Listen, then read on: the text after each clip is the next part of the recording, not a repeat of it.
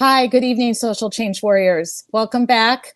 We are so happy to be here with you this evening.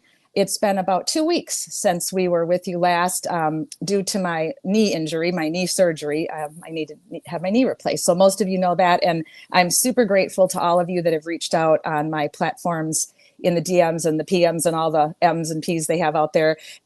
Thank you. You've been so kind to me the last 2 weeks, and I've really appreciated all of your encouraging words. And those of you that shared your horror stories with me about surgery and recovery. And it's really helped me to actually be sitting here right now, because it's been one of those weeks where you just never forget when you go through this kind of a traumatic surgery and the pain. And I am happy to talk to any of you that have to go through this in the next coming months or years, because I will give it to you straight. I think it's important that we know exactly what we're getting ourselves in for with this type of surgery. So feel free to contact me via my email or my DMs or the private messenger. I'm happy to talk about it and share with you. I prefer people be prepared. I know myself, I prefer to know. And unfortunately, I was just told a bunch of lies by by people, because I guess they didn't want to scare me or freak me out. But not really. I'm just kidding. Nobody told me lies, but I just do believe they didn't want me to know it was as bad as it was. And I'm a kind of person that wants to know what's coming at me. So thank you again to everyone. I appreciate you so much. Welcome back to Social Change Warriors. Tonight, we are going to be introducing you to a lovely young woman who is currently missing in Florida, in the central part of Florida near Ocala, Florida. So I just want to remind you all that why we are here. Social Change Warriors, we are here to help victims of crimes. We are here to help families of the victims to either seek justice for their relative, their family member, or for themselves if something were done to them. And we're also here to root out the criminals that are in our current municipalities and cities and towns in the government, and they shouldn't be there anymore. They're committing crimes on a daily basis right under our nose in most cases. So we're here to look for that and help you root that out in your communities. We are also here to stand against corrupt police. And we're here to stand for the good police, because as most of you know, I was a cop in my prior life, and I felt that I did my job admirably. And I know there are plenty of police officers in the world that are doing their jobs, and they're following the laws, and they're caring about people. They're caring about the communities they work in. But we have this fraction of police officers in America right now that are fooling us, and they're on forces, and they're committing crimes, which is, obviously an oxymoron, and we want that to be done. So Social Change Warriors is standing for all of our citizens in our communities, in our towns, in our counties. We are trying to root out crime in government, root out crime on police departments, call them out, which is why we meet on Thursday nights. Normally we meet at 9 p.m., but we're going to meet at 8 p.m. for a few months here. We're going to try a new time. And we're just going to find cases where we can find them. If you bring them to us, we'll look into them, and we'll try to help you ratify this and get your towns back and have peace again in your communities, and not have your towns run by crooked criminals and crooked government, because we are absolutely against that. We're also for victims of crimes, and we want to help you to get justice for your loved ones. So that's why we decided to live stream, and that's what we're about here at Social Change Warriors. We're about inclusion. We're about peace and serenity. We do not want to have these internet games that are going on in the world that we see all the time now. We're not getting involved in that, with people bad mouthing each other, calling names, accusing people of doing things. We don't have time for that, because there's just too much going on. There's too many people missing in our country. There's too many people that are victims of crimes that aren't getting solved. And there's just too much crime in politics and policing. So we don't have time for, idle gossip and nastiness amongst YouTube creators and other sometimes subscribers. So we're just not about that here. So we hope that you understand that, and that you're here to help us, bring us any type of criminal activity in your communities, or if there's victims that you know of that need help, please bring them to us, and we want to do our best by them. So I'm going to just bring up our PowerPoint here for just a moment, because I just want to share with you a few slides before I introduce our guest tonight. And I have to get to the guest section here. I'll bring that up for you. And I hope you're all doing really great tonight, wherever you are. I know it's cold here where I am in Wisconsin. and it's been raining down by my house in Florida where my son is. But wherever you are, I hope that the weather is nice or that you're enjoying it any way you can.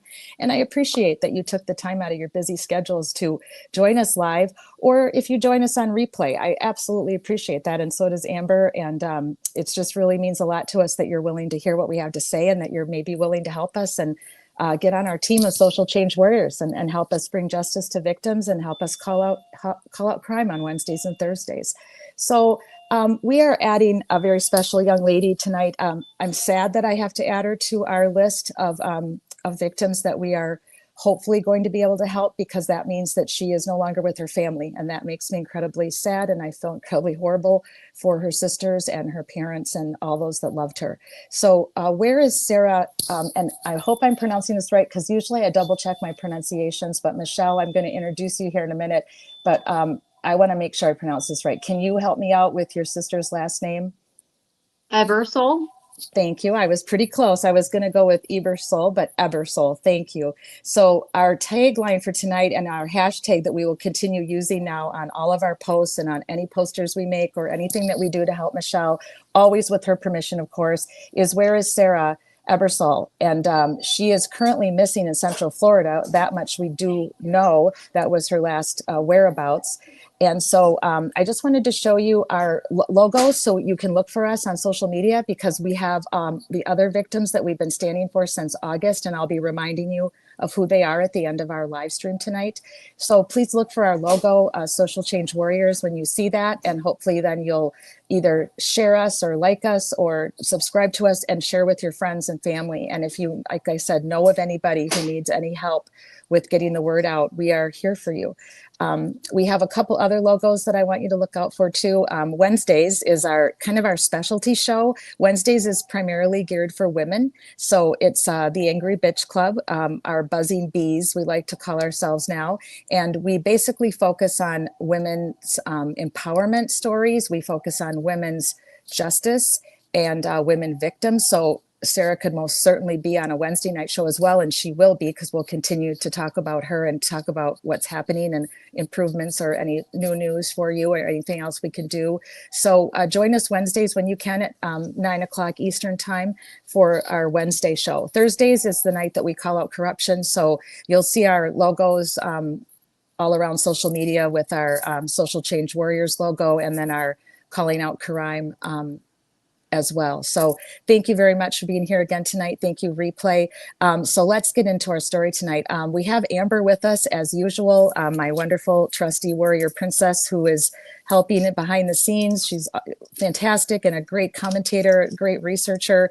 We have Deirdre tonight, who is joining us, and I'm going to let them each introduce yourselves. But most importantly, we have Sara's sister, Michelle, and I'm going to let my two guests. I'm going to let Amber quickly introduce herself. You guys know who she is, but let's have her quickly do that. And then I want to have Deirdre introduce herself, and then I will have Michelle introduce herself, and then I'm going to give you the background on what's going on with her sister and how long she's been missing and what's going on with her missing persons case.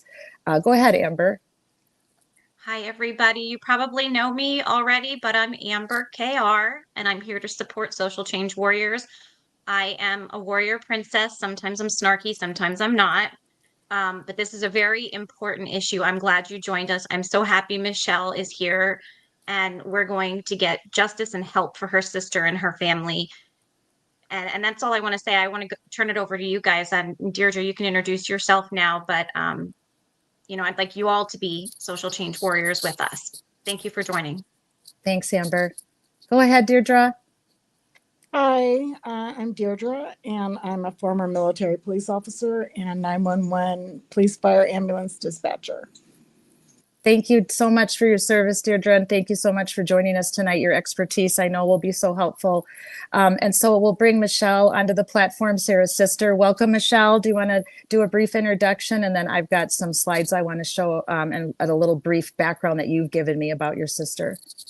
Okay. Hi, I'm Michelle Toles. Thank you for having me on the platform to help spread awareness about Sara being missing.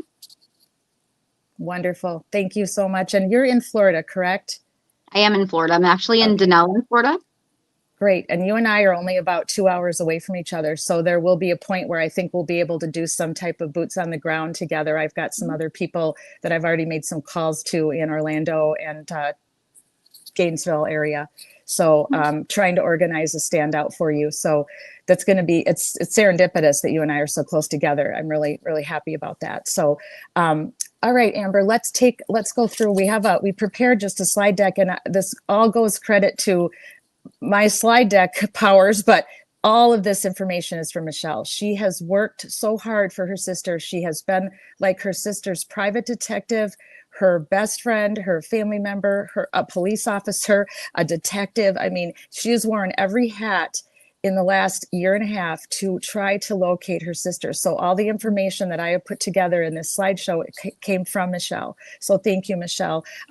We're going to talk about the seashell at the end of the show, but I wanted to put that up because it's very meaningful. I thought that was beautiful, and what a wonderful way to help others honor her sister and keep her name alive and awareness for her alive. So this is the lovely Sara, and you can go ahead and to the next slide. Thank you. But first of all, I want to tell you, Michelle, that we have started something new recently, Amber and I, and we are doing the Warrior Princess of the Week. And it's anybody that we've run across in other live streams that we've been a guest on or that we've been a part of, or our own, or research we're doing for future. And we pick one person that is our Warrior Princess of the Week, and that goes to you this week.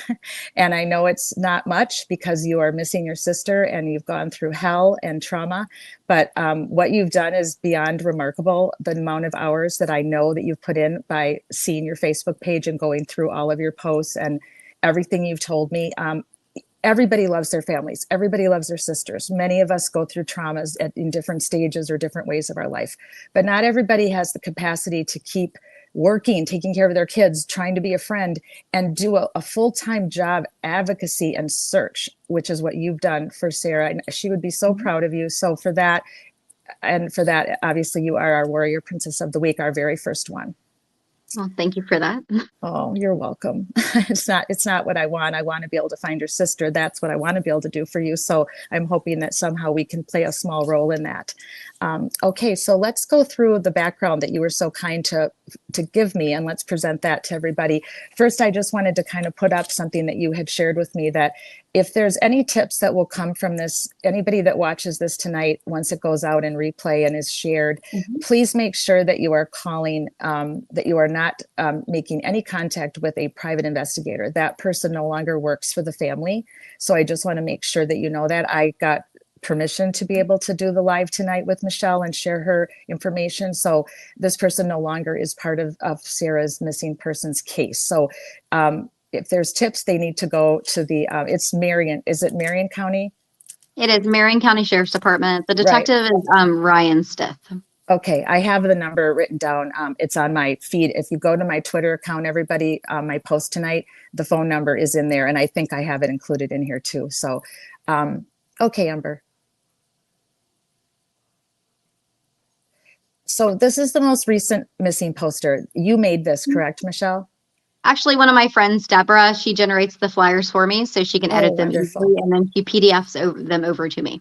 Fantastic. Well, it's really good. I mean, it's very easy to read, and that's what you want when you post something like this. You want people to be able to just stop and shop, basically, as they say, and, you know, look, okay, what's this? Why did someone post this? Oh, this is why there's a missing person. I mean, it's very clear, concise. It's an excellent and good taste. And you've really done a great job with raising your funds for the reward. That's really impressive.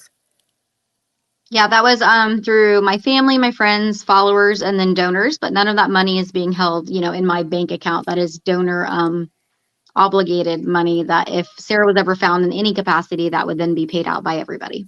That's fantastic. That's wonderful. And this is your niece, correct? Who is with Sara?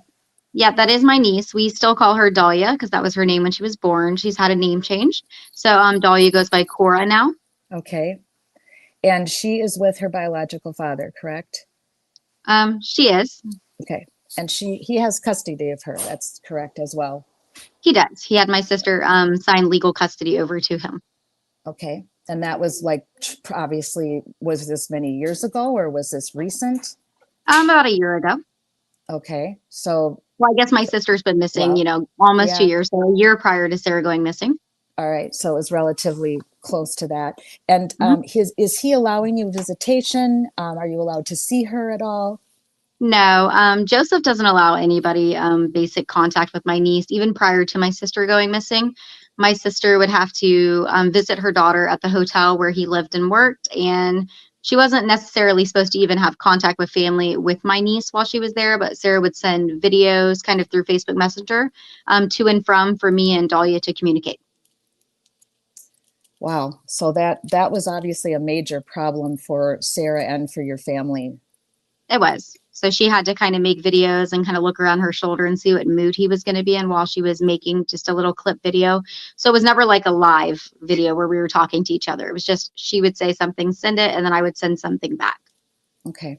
We're going to Mhm. circle around back to that because I'm going to Mhm. want Deirdre and Amber to comment about the prior volatile relationship that was happening between Sarah and the biological father. So we will circle around back to that.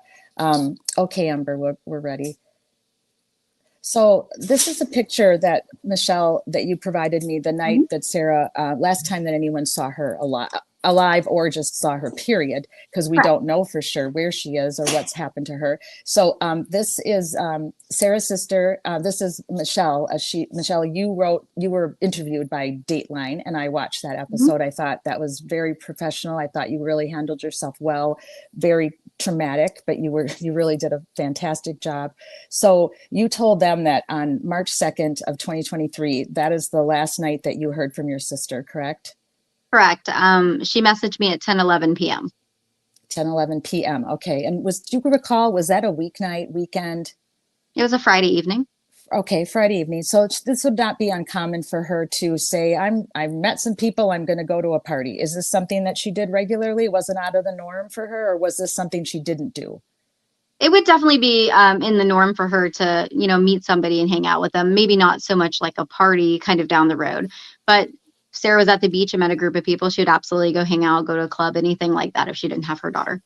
Gotcha. Yeah. And I've met people myself when I've been on vacation or when I've been traveling that I'll strike up a conversation with. Mhm. I feel a good feel about them, and I may meet them later for dinner or get their number and we may converse on the phone. I've made a lot of friends traveling, and I guess a lot of people would say, oh, that's not very safe. But I think most of us have a pretty good gut feeling when we're out and about in the world and we meet a new person. I mean, Amber and I met online via the Karen Reed trial. And when we met for the first time, we met up by the Capitol to do a standout for Karen Reed. We had never met in person. We met online.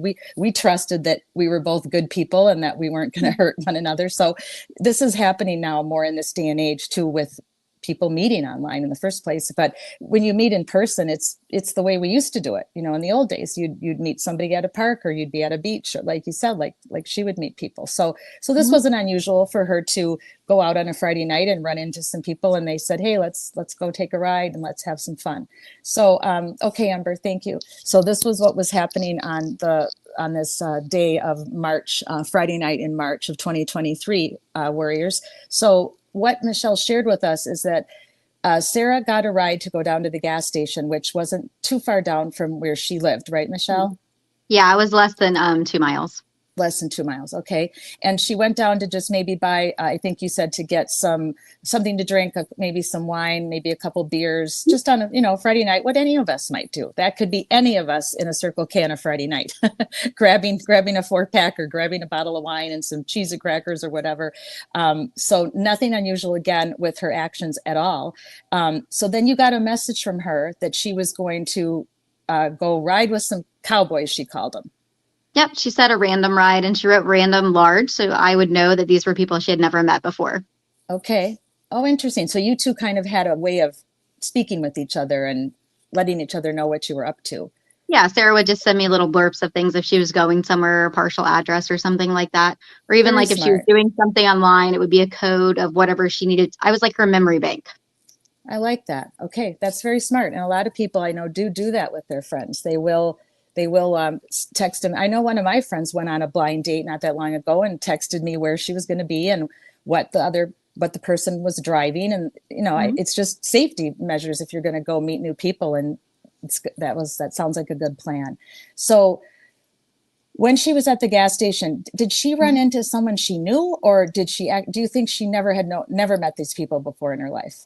No, based on her saying random, I don't think she ever met them ever. And plus, she usually talked about all her interactions, even the odd ones. So she had never discussed any of these individuals prior. Okay. And so Bubba was a company that you call him Bubba, but I know on the next slide I have his full name, Right. was accompanied by a guy named Leonard Anderson, and he was the owner of this Silverado Chevy truck that they went to go for a joyride in, basically, right? Right.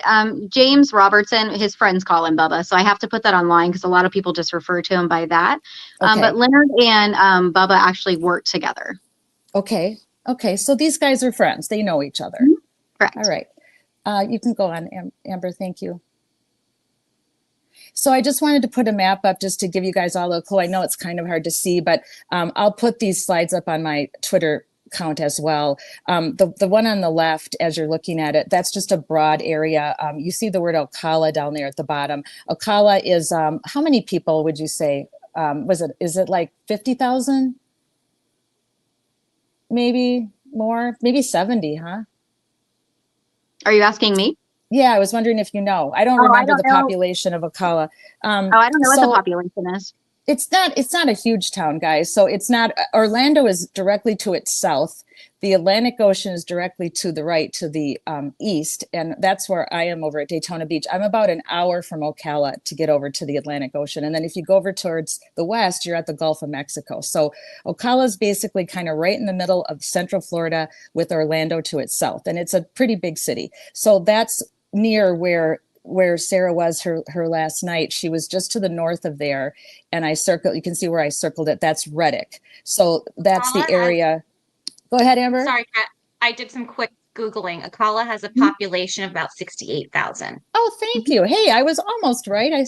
I guess 70. And don't ask me why I knew that. It was just because I'm silly and I love, whenever I'm in a town or I go there for the first time, I Google its population. So.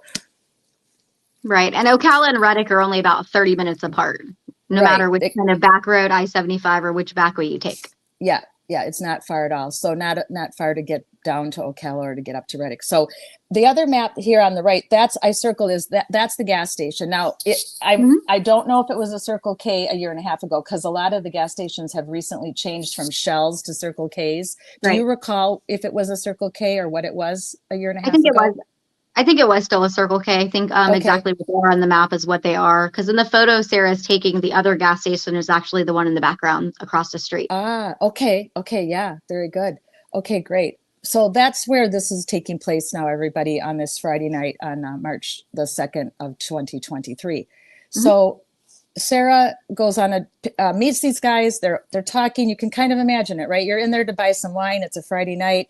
Two guys come up to you. They're wearing cowboy hats. They're kind of cute. They're like, "Hey, want to go for a truck ride with us? We live around here. How about you?" And they probably struck up some kind of casual conversation about, where are you from? Oh, I'm from Ocala, or I'm from Tallahassee, and she's a friendly person. And as her sister says, she makes friends easy. She does this when she goes to the beach or when she's anywhere out and about. She's trusting and will make friends on the spot like that. So Michelle said she had purchased a 4-pack of mini wines, and because she knows this, because she went and searched her sister's apartment to look for evidence. And so she had bought 2 tall boy beers and 2 mini wines. Now, a 4-pack of mini wines. Now, she's not a very big person, but from my years as a police officer, I can guarantee you that's not going to incapacitate her. Even if she drank all 4 of them and 2 of the beers, which you determined that she probably didn't, that she probably shared with her new friends. So there's no way you're going incapacitated from that level of alcohol. So Leonard Anderson drove James and Sara to the home of friends of theirs, which was right around the corner. And that was the way I could see it. It was just right up Highway 441. So she did not go very far from the gas station at all. It looked like maybe it was not even 5 minutes, right? Oh, it's not even 1 minute. You can actually see the house from the gas station. Okay. Standing at the gas station. You don't even have to, it's less than 2 blocks. Okay, so they literally, she met some people and they went 2 blocks to a house to have a little bit of a Friday night get together, and that's where she they end up taking photos together. They're having a few drinks. It Mhm. looks like their dog was out. It just looks like a bunch of 20-year-olds to me having a good time on a Friday night. Yeah. So that's and they posted these right on TikTok. No, I posted them on TikTok. I actually acquired all of the photos from Sarah's iCloud that I got into. And some of the photos that were the inside photos were provided by James Schaller, the other gentleman himself. Ah, interesting. All right. So at this moment, I want to take just a break, and I want to hear from Deirdre and have her give me her feelings right now about this, and then I'm gonna go through the chat and put up any questions or anything that anybody is wanting to ask you about up to this point where we are in Sarah's journey that night. Deirdre, do you want to give us your take on what we know so far? Well, I have questions, and you may be getting to it. So, but I'm wondering what the police did as far as tracking the cell phones of the people that were in the home that night, and criminal histories of the people that were there. Go Do you ahead, want me to do Michelle. that? Yeah, go Okay. ahead. Yep. So as far as I know, they did a triangulation on Sarah's cell phone, but that was not done immediately whatsoever because the case kind of wasn't, I don't think, deemed important enough at the beginning. So nothing was done. I know that they got a copy of James Robertson's cell phone data at some point during my sister's missing persons case. James Schaller actually provided data from his as well. I think, he obviously sent me timestamp photographs. I sent those over to Marion County in April of 2023. James Robertson has actually recently passed away. So Marion County actually has possession of his actual phone, but they had done a download data dump, as far as I understand, of his data. Is that the gentleman in the picture here with your sister with the blonde? The bigger gentleman, yeah. Yeah. James Robertson, that's who they call Bubba. That's who she met at the gas station. Okay, and he has recently passed. He has. Okay, What that's was too his bad. cause of death? It was actually originally someone had said it was a heat stroke from work because he worked doing tree service, some type of land maintenance service. But it actually seemed to be from his family statement that they found white powdery substance next to his bed, so an overdose. Oh dear, that's too bad. Okay, I was And he had wondering. no criminal history whatsoever. I was wondering if that was drug related, and that maybe, that may have played a part in what happened that night with the fentanyl stuff that's going on these days. Unfortunately, I don't think anything happened at that actual house that night, just because details later on, after doing a data dump of my sister's stuff, the shoes you see in this photograph on the right-hand side that she's wearing, they're actually inside of Sarah's apartment. It's not an apartment. It's a trailer that she rents the back room of with her roommate. They were inside the house. Oh, okay. Okay. So are you thinking, Michelle, that this encounter, with random cowboys and Bubba and Leonard, you don't think, or from your perspective, there's no foul play in that aspect because it appears that she actually went home at some point and was safe after this get together? Is that what you're saying?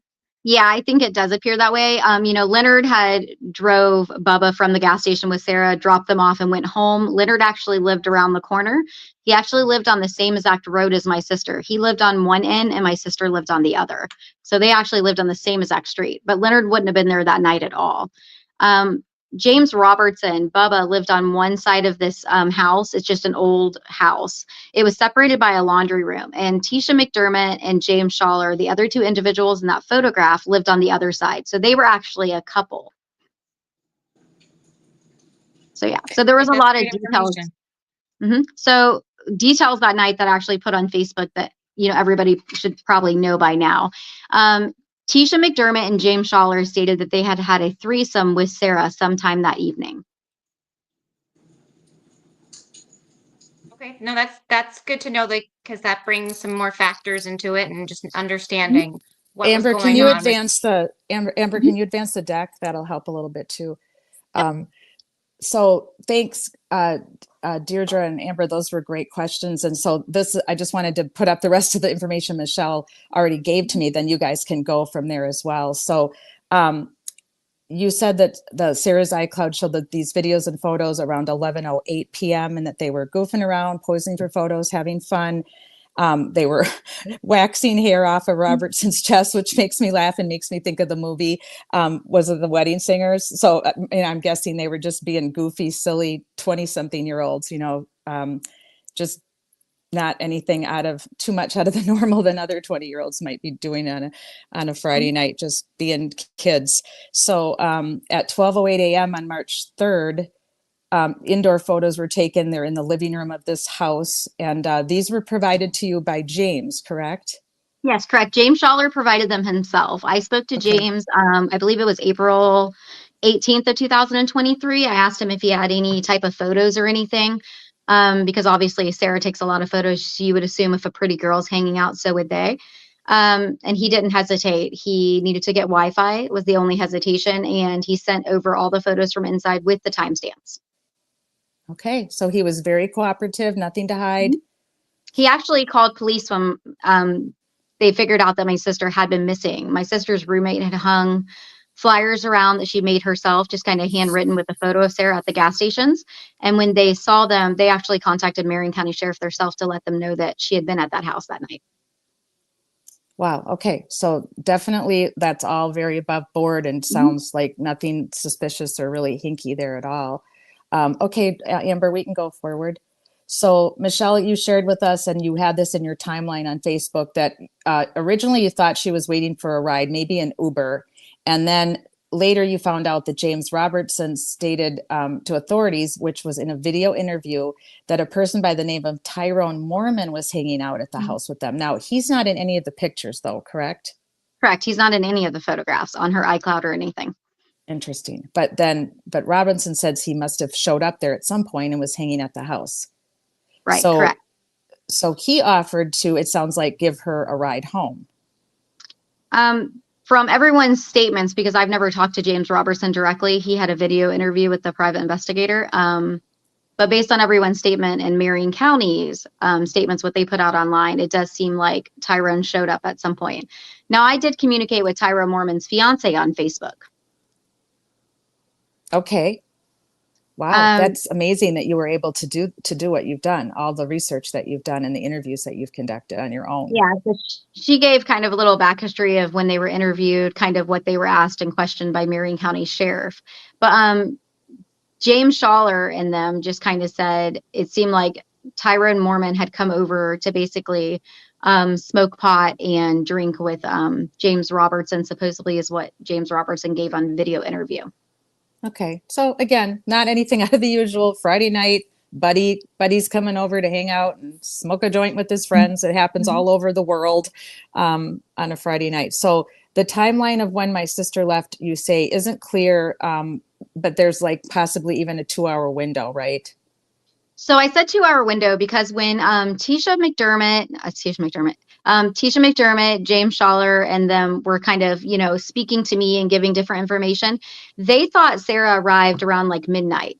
So they thought Sarah left around between 3 and 5 a.m. just by their, remembering. But Right. Sarah had obviously already been there at 11:08 and was taking pictures of them outside. So they most likely left the gas station pretty quickly after 10:11 p.m. So that's Right. what I meant by their timeline was off 2 hours already.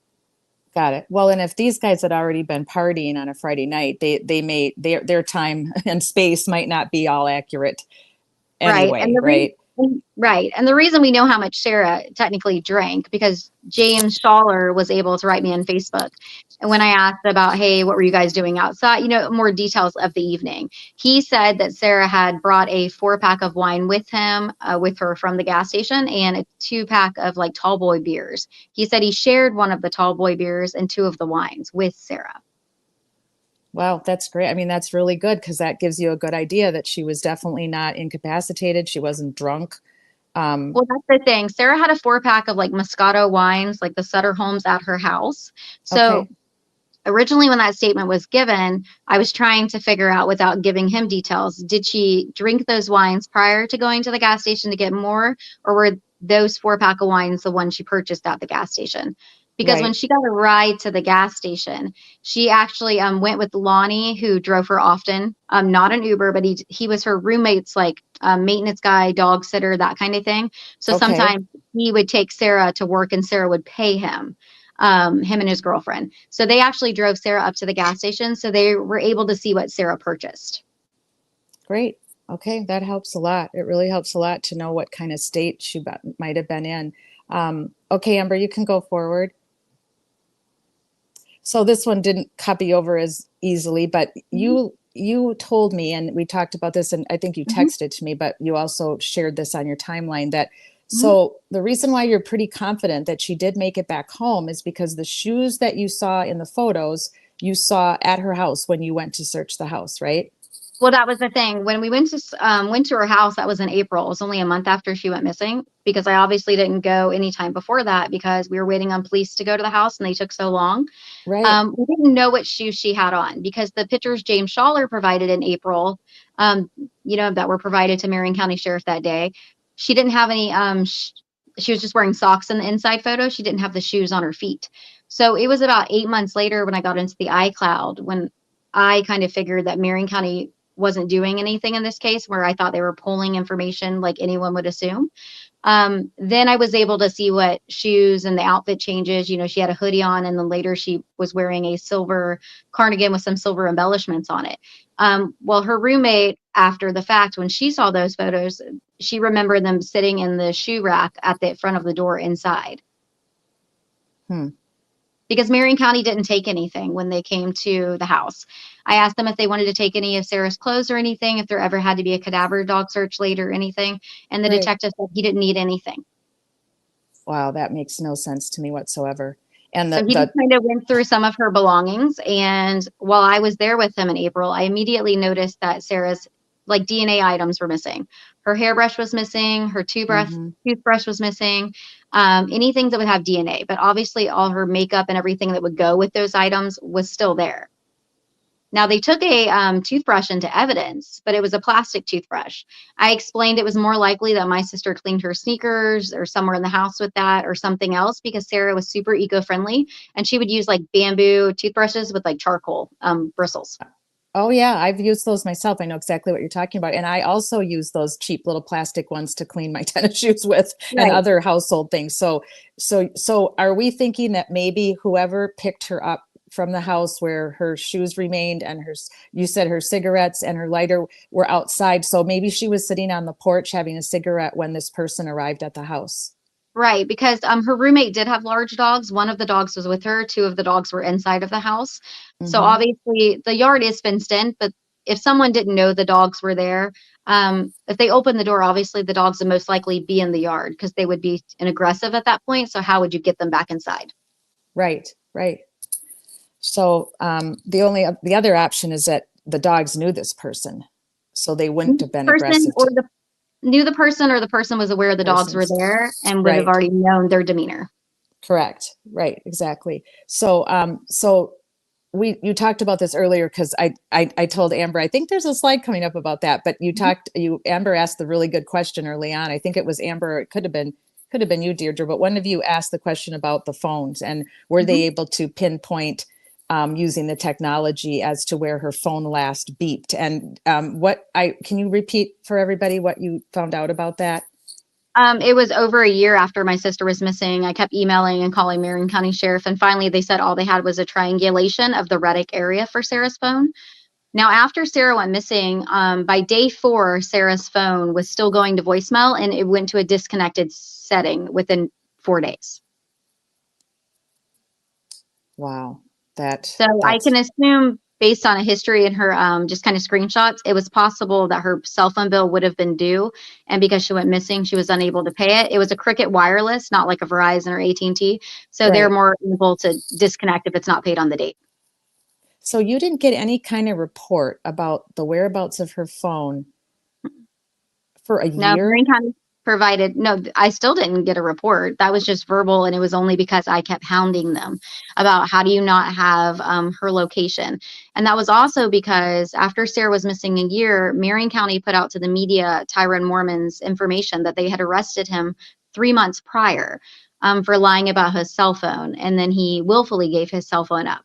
So after that went out to the public, I was like, if you have Tyrone Mormon's information and you believe based on your discovery that you've submitted to the court that you have some type of game trail cam footage, and you say you have something on his cell phone that puts him with her sometime after the midnight hour at a gas station is what they were claiming online. I couldn't understand how they didn't have more for her cell phone data. Right. That doesn't add up at all. Doesn't match up. So I was getting to that question and you answered for me. Thank you. So he was arrested a year after she went missing? Before a year. They announced it. They announced it on her year anniversary that she was missing. That they had arrested him on December 20th of 2023. He was only there for a day. He was released on December 21st. So on March 3rd, 2024, when she was missing 1 year, they announced to the media that they had a person of interest, Tyrone Mormon. They believed they had evidence that he was with Sara that evening and was the driver.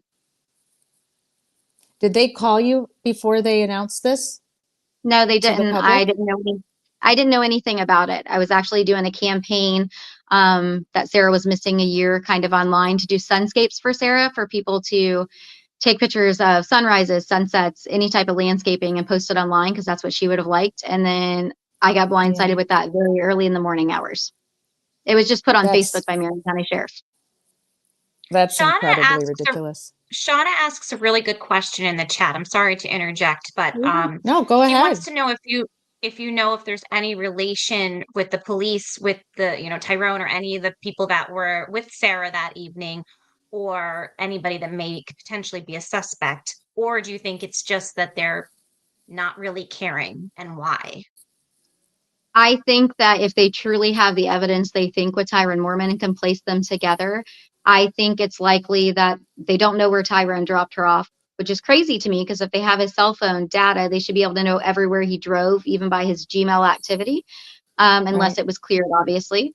But yeah, it's kind of like, unless Tyrone says where he dropped her off or drove her, the case kind of sits in a limbo setting. They can't proceed on to anyone else.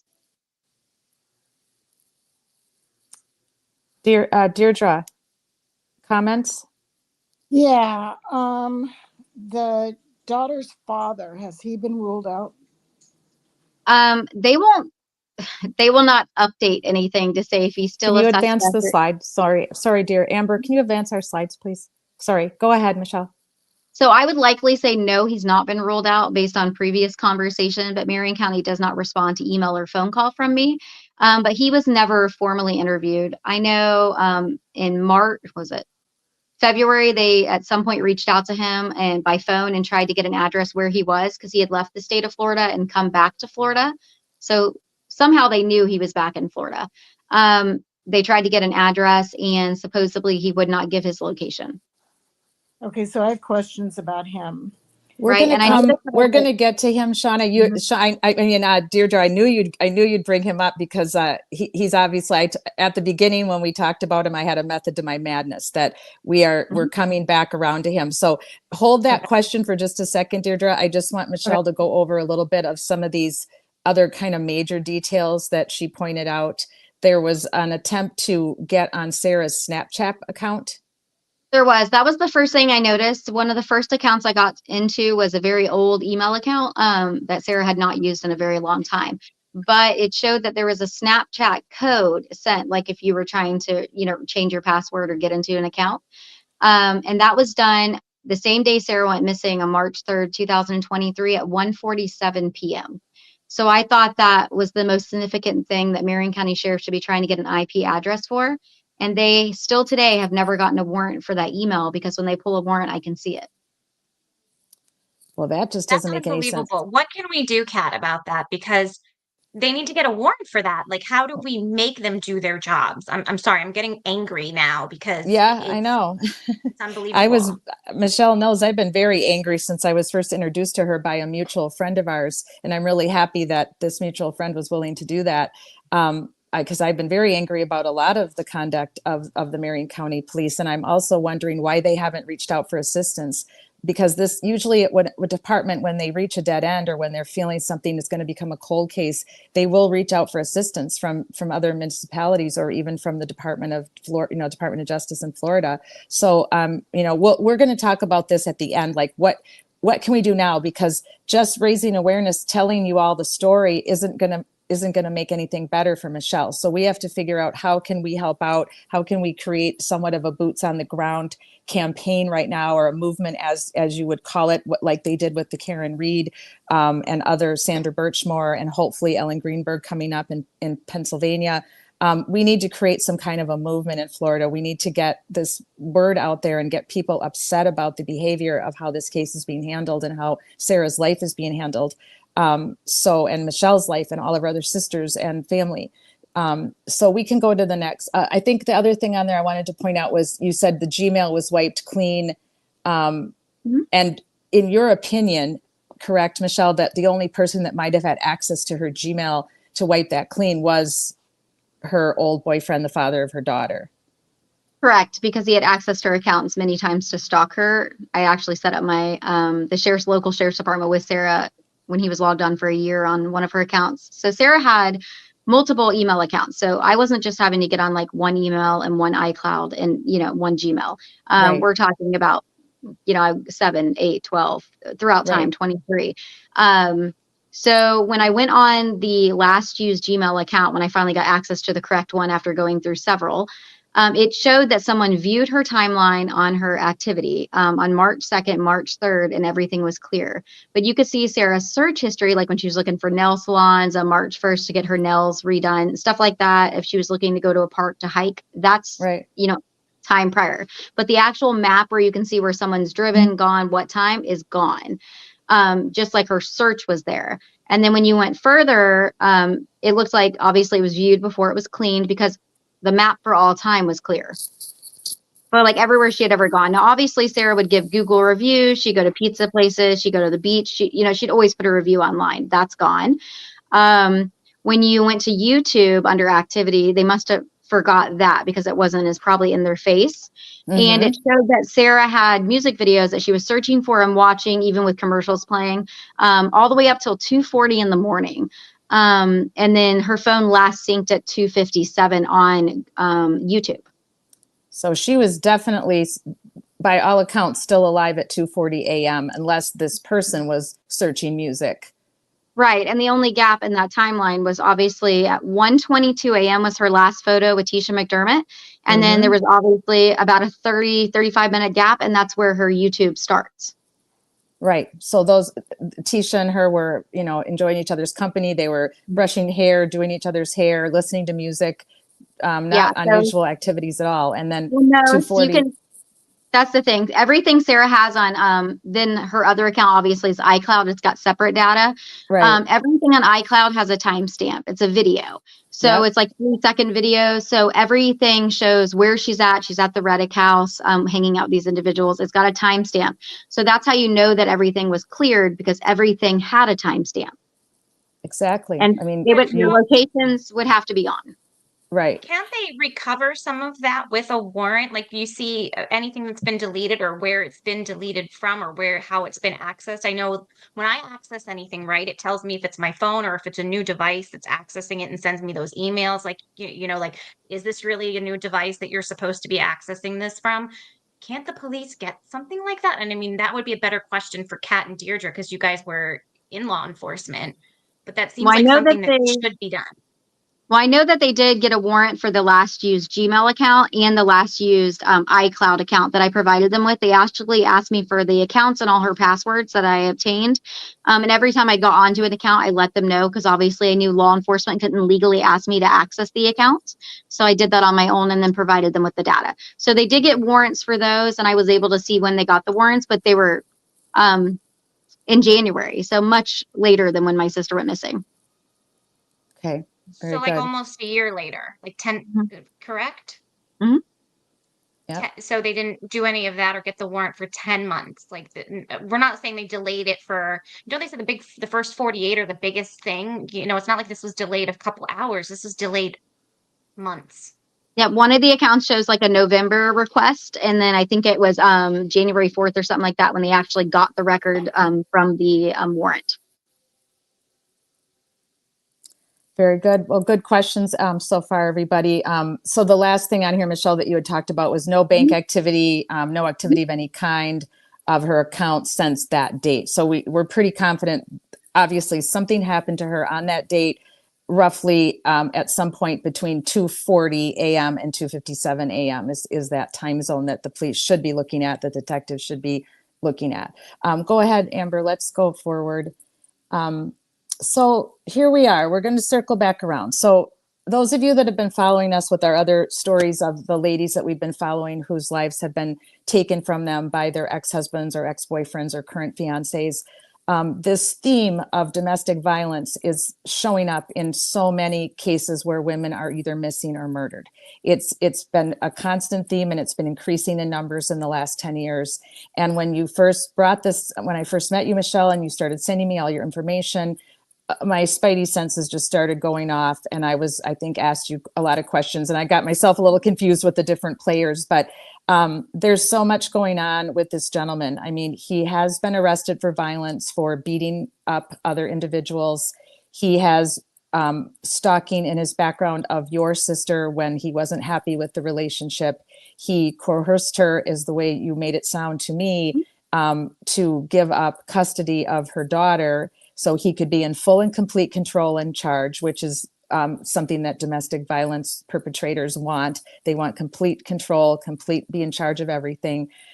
He has all the hallmark markings, in my opinion, and we're not here to slander him. We're not here to say that he murdered Sara, but we're here to say that he's a suspect in our opinion, because the information that you've given us, all the research you've done, everything you've done, which is amazing, leads us to believe that something's not right here. So, he had somewhat of a method to his madness, almost like he wanted her back. He couldn't have her back. So then he punished her by bribing her, or whatever he did to get custody of your niece. He either threatened her or scared her, because most moms are not going to just willingly give up custody, at least keep 50% of it, to someone that's stalking them and that they're afraid of. So he was definitely manipulating her and using coercive type typical domestic violence behavior coming from this Joseph, this individual. Deirdre, does that sound like what you think? Yeah, that was all that stuff was on my list. Stalking, abuse, jealousy. Did the dogs know him? How far did he live from Sara? 28 minutes. Was he GPS tracked? No. And you said he hasn't been interviewed, though, so you don't know what his alibi would be. Well, I wouldn't say formally interviewed. So when Sara first went missing, I sent out a well check to the hotel where Joseph was working and living. Because when Sara would go see her daughter, he would kind of keep her there for 3 or 4 days, kind of like a hostage style situation. Sometimes she could use her phone, sometimes she couldn't. And I wanted to make sure that Sara had not gone there. And that was because before Sara had went to her work shift, she intended whatever money she made, she wanted to show up uninvited to barter with Joseph to see Dahlia, because he had been withholding her since February. So Sara was kind of like going to do whatever she had to do, even though I said it was ridiculous. He only wanted money. Sara's mind wasn't going to be changed, because she said she needed to check in on Dahlia to make sure that she was safe because of Joe's demeanor. So when I sent them out to the hotel to do the well check, just to make sure Sara wasn't there, so we weren't going down the wrong road doing this missing persons report if she was just sitting at the hotel and not able to contact somebody. Joseph told the law enforcement officer that responded, not the detective, that my sister disappeared frequently, that she was a prostitute, and she was an addict. So he gave a bad, story of what he said she was. So I was then contacted by that sheriff's officer, and all he said was, so I guess your sister's an addict and she disappears all the time. I was like, that's not true. Sara's not a drug user. Sara and they're drinks just alcohol. Sorry, Michelle, but they're said, just going to believe him. They're just going to take him at his word because he's so trustworthy. When I interrupted him and kind of gave a history that he was her abuser stalker, this is a elongated history throughout a court system. My sister had previous restraining orders against him. The officer didn't care. He only cared about what Joseph said. It sounds like there was some judgment on your sister because she didn't have custody of her child. Custody. Yeah, Yep. that's what he said. He's like, oh, well, kind of like he has custody. So what kind of mother, you know what I mean? Because she was an exotic dancer. So Joe just kind of put her in whatever light he wanted them to see her in. And it didn't matter that I said that she didn't disappear all the time, that she wasn't an addict. They just didn't hear any of what I had to say. So I take it they didn't obtain any video from the hotel of his comings and goings or key card records? No, they didn't request it, and he surely did not provide it. And this is a very small hotel in Ocala, Florida. It's owned by one person. She's a real estate broker. He was kind of in full control. I don't think she even really checked the financials. She just expected him to do his job. Okay, so I had some other questions about his habits. Was he a hiker? Did he frequent any rural areas? And So go ahead. is he still driving the same vehicle? No. So in this photo you see, he was arrested. So Sarah goes missing on March 3rd. Joseph, the morning of this arrest, he had a meeting with the owner of the hotel at a McDonald's right down the street from the hotel. During that meeting, he told this woman that my sister was dead, and he knew she was dead, but was kind of crying, and then it immediately shut off. She said he just stopped crying. He left that meeting and totaled the vehicle that he was driving immediately, causing the other driver to be at fault. And then this same evening even though it shows March 30th, it was March 29th. The evening of March 29th, he attacked a 75-year-old gentleman at the hotel, throwing him to the ground and giving him a brain bleed. And then he was arrested in the early morning hours of March 30th. And where do you think your niece is during all of this?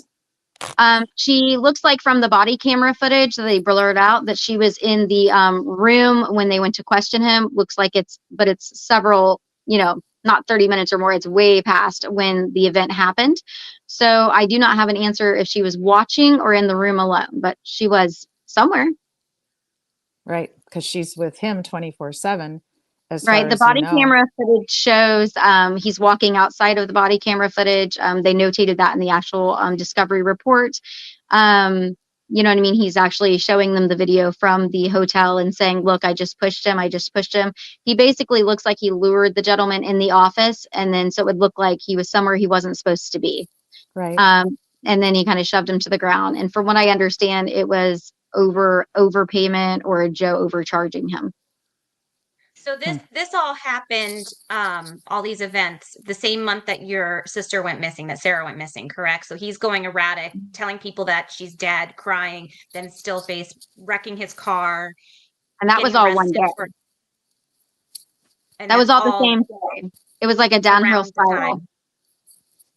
Wow, that's very telling. I mean, what do they call that? Consciousness of guilt or something? I mean, Yeah. Well, I think so. The owner of the hotel gave an interview to Marion County Sheriff's Department, and she basically said she felt he had hurt my sister, and based how his interaction was with her, it's like he was just kind of reliving something that he knew happened. It wasn't that he was actually upset. Right. That sounds very plausible and especially having the manic moment and then getting in the car accident. The behavior is very suspect. And, 1 + 1 = 2 here, people. I mean, there's just so much that points in his direction. Let's go to the next slide, Amber. So I just wanted to put these up so people could just kind of see those. You can take screenshots, but I also will put these slides up on my Twitter account so you can share them and take screenshots there. Sometimes the littlest detail will stand out to someone. Just like she ran into those people at the gas station, maybe someone ran into her right before she met them, and maybe they didn't put it together yet, right? And then they see this or they see some other Facebook posts you've made, and maybe something will stand out. So this is the tattoo she has, right? Right, a Coca-Pelli on her hip. Okay. And this was the nails. It's pretty small. It's only a few inches. So it's actually small enough, that's obviously a very thin underwear, but a normal, like less than 2-inch, underwear would actually cover it. Okay. But if she were in a position where somebody might have seen her, like with the bikini, or if they might have met her and then see this, if there's any chance that she's just out there somewhere and still alive and can't can't leave or, is being held. We don't know for sure, right? Right. And that is the only tattoo that Sarah has. Okay. Did Amber. Nick ask the question? He asks, did Joe have any other charges or accusations of violence or stalking? I know against Sarah he did, and there are some records of that. Do you know if there's any other records of him having a pattern or history of this? Yeah, Joe has a 20-year history. A lot of it's in Sarasota, Florida. There's court records of a 15-year-old neighbor's mother filed a restraining order against him that lived the house adjacent from him. They did not grant it. A 10-year-old's neighbor's parents filed separate restraining orders against him. They did not grant it. One of his ex-girlfriends filed a restraining order in a different county, I believe in 2012. It was not granted. He had an allegation of rape of a 14-year-old in Kentucky, which was supposedly sealed because he went into some type of boot camp of service. So they washed that away so he could go. And then basically anyone he ever had a dating style interaction with, he's actually currently still stalking. So I speak to the majority of his victims. Some of them he took through court, drug them through. He had a handwritten contract where she was paying him money every month. And the judge actually notated in the dismissal of that case that he seemed to like to disparage her and, talk down to her in the courtroom. It seemed more about that than the money. So if he's doing all of these things, why are the restraining orders not being granted? Do they think that the people that he's abusing are second-class citizens and they don't care about them? I'm not understanding. Good points, Amber. So we're Michelle and I are bringing you around to it. Let's talk about what Joe did for a living for a while, Michelle. So Joe basically only did car sales. He typically sticks to Hyundai dealerships. He only works small amount of hours. So basically he's able to kind of go and come throughout the day at his own leisure. And then other than that, he just recently started kind of the hotel industry. So he's had these jobs where he has the ability just to come and go as he pleases. Oh, absolutely. So, and at some point he got some type of disability income that's listed. So he has some type of extra income there that's listed on financial affidavits of almost $3,000 a month. Now, something that I thought of right away, and I'm pretty sure that everybody in the chat and Deirdre and Amber, what's going on with his family?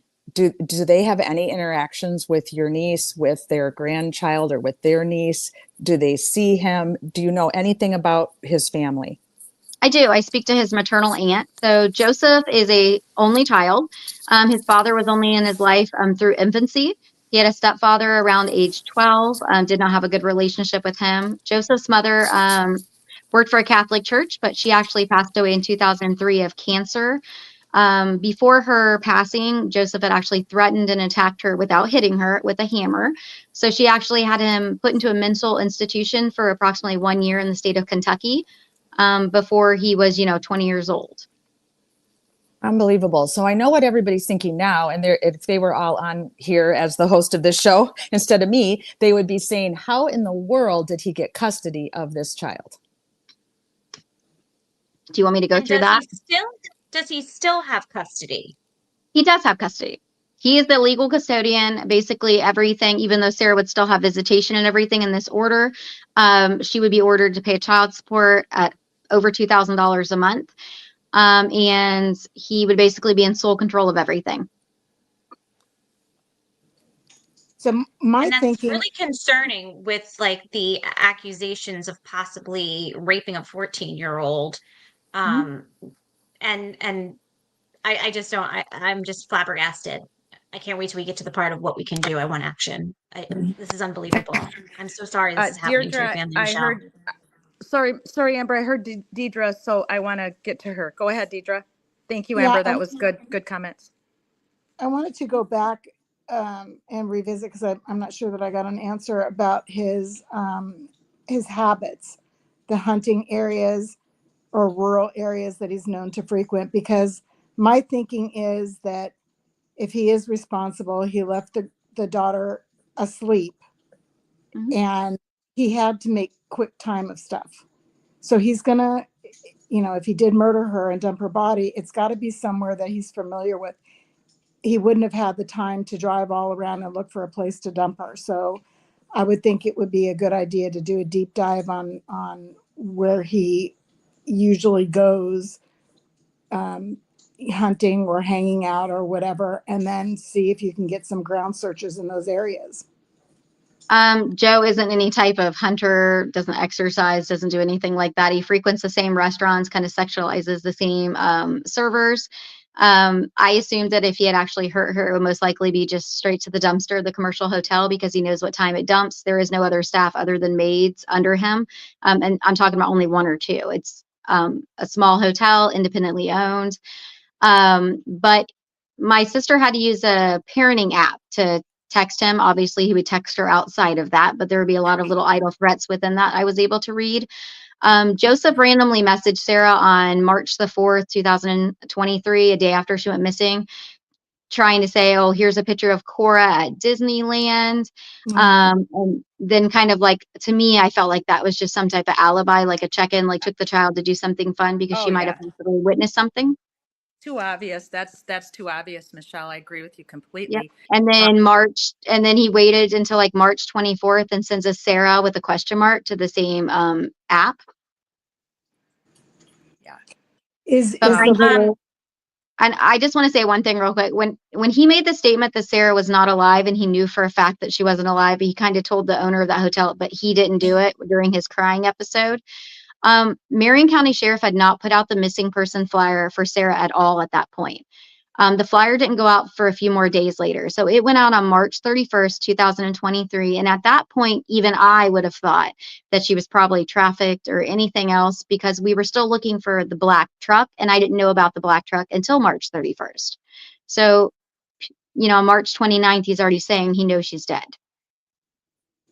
It seems like there's so Pat, much. I'm so sorry to interject. I need to step away for 1 minute. My son is unfortunately sick. I need to go grab him some medication. Do you want me to put on a specific slide so I can run away, get off of here for a minute, and I'll come right back? Go ahead and go forward. I just wanted, you can go forward one more.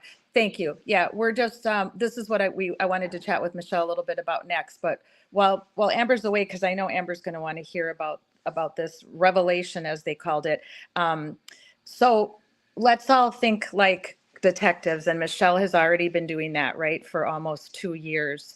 So we have a boyfriend, we have the father of her child, we have a breakup, we have him not accepting the breakup, so we have him stalking, bothering her, not co-parenting in a manner that would be normal in most people's eyes, right? So then we have him actually trying to hurt her by saying things that aren't true about her, following her around. Then he somehow manages to get custody, which this one, Michelle, really blows me away with his background. And if they were to pull his background at that point in time, but obviously I think what we're seeing here is an absolute complete bias against your sister, that because she chose the line of work of exotic dancer, which there's absolutely nothing wrong with that.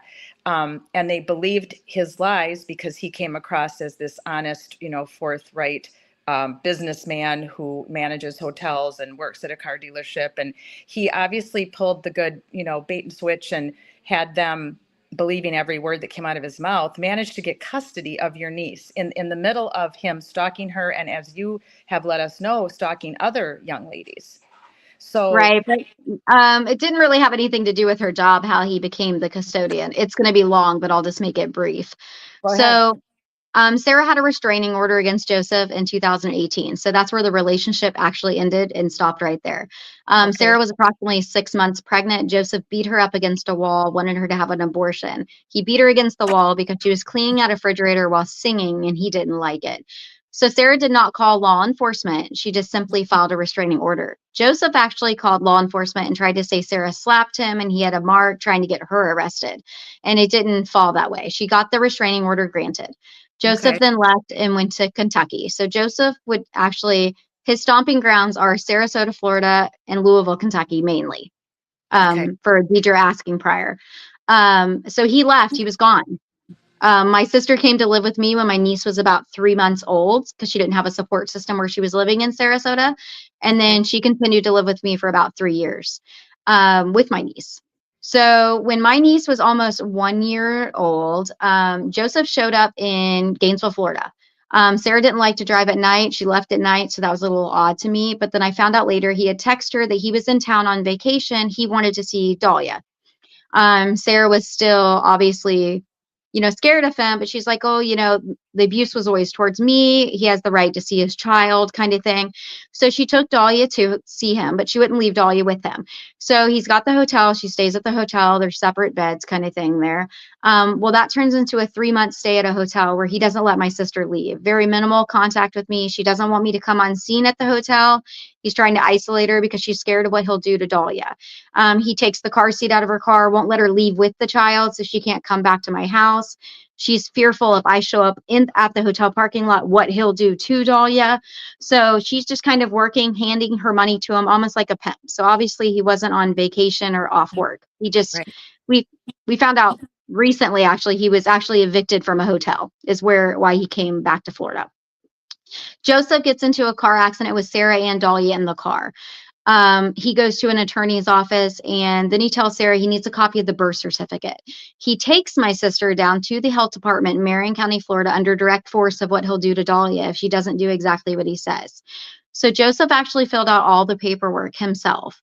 Sarah just raised her right hand. They gave him she handed over the birth certificate. He snatched it from her and the Social Security card.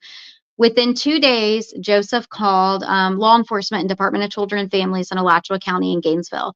He said his allegations were that Sarah gave Dahlia a sexually transmitted disease. So DCF arrived on site with Dahlia. Sarah was, she had actually gone out of town with other girls to actually work at a different club, which normally she didn't do, but she had done. Joseph kind of didn't show up to watch Dahlia.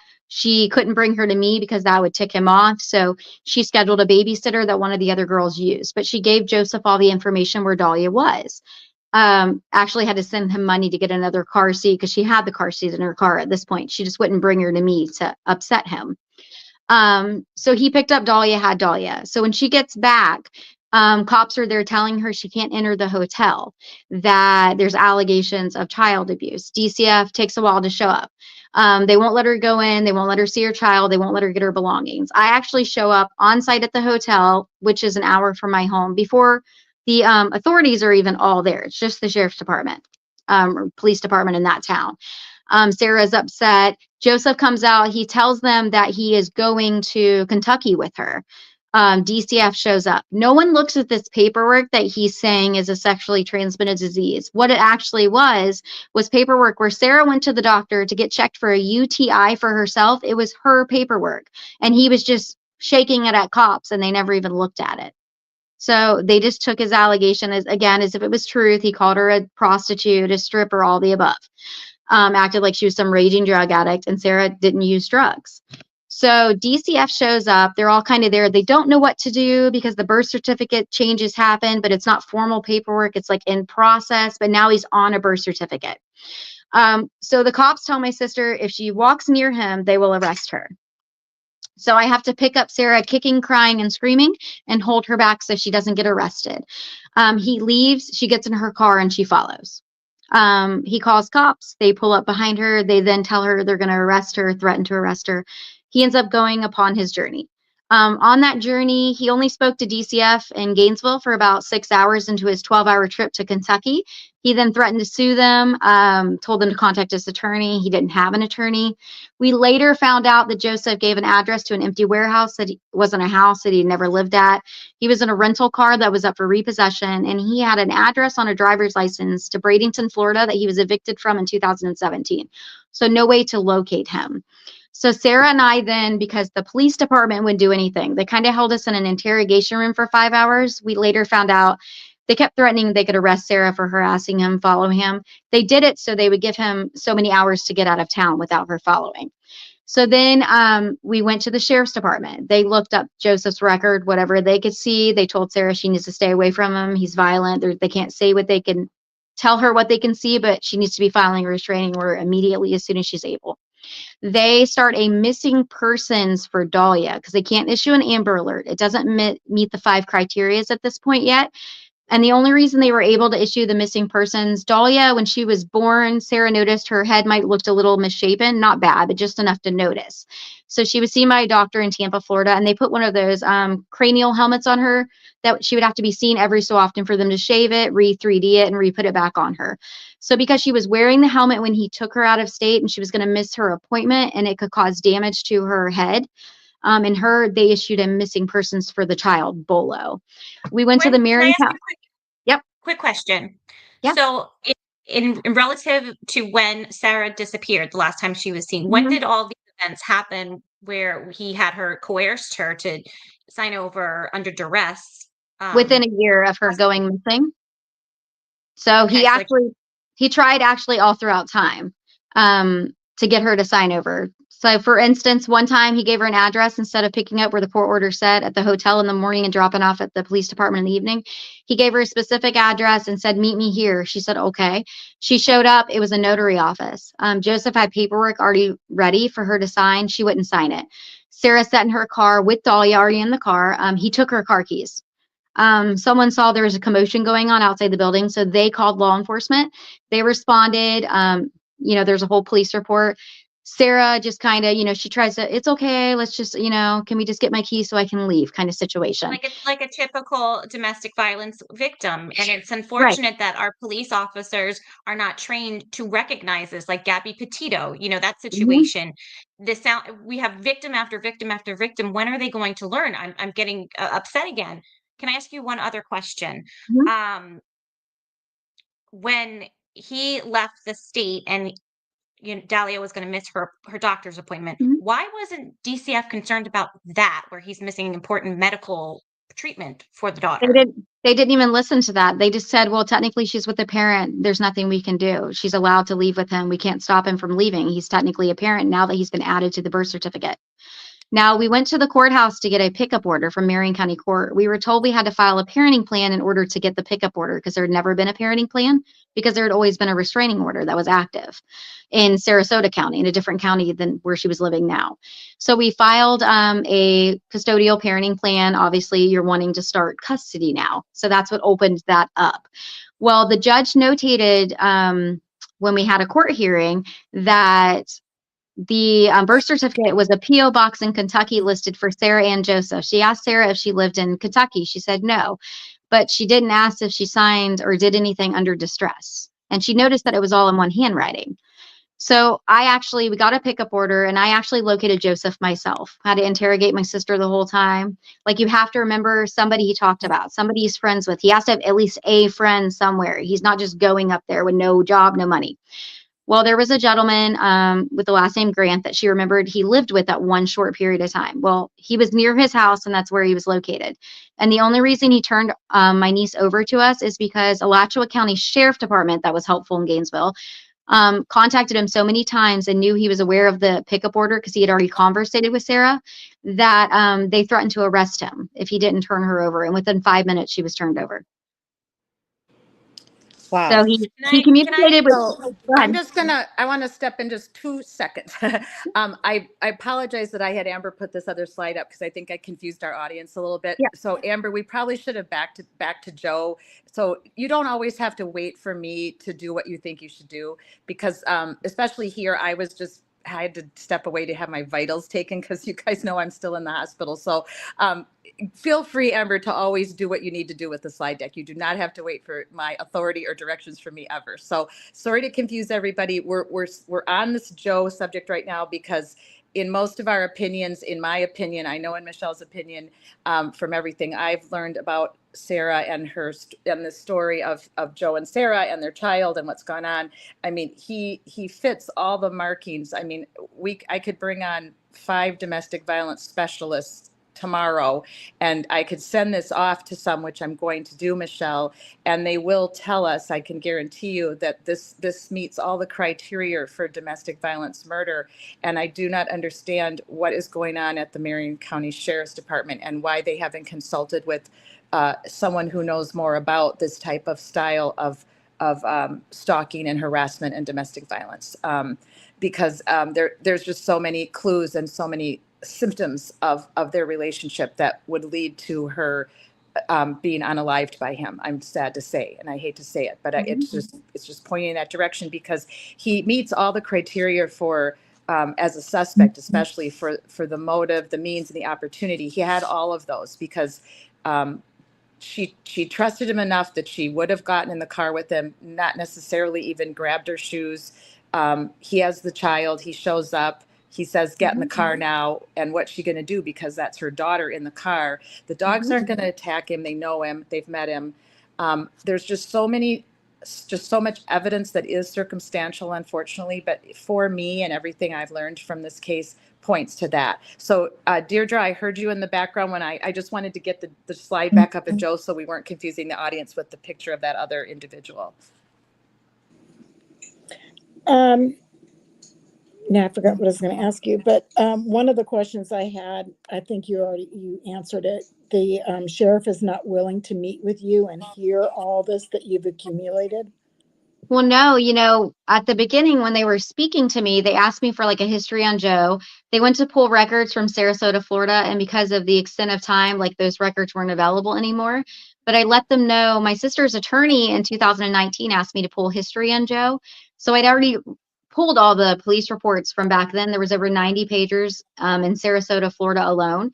So I emailed all that over so they could see all the other allegations of all kinds of violence with neighbors, anybody he interacted with, all kinds of fraud. It was all there.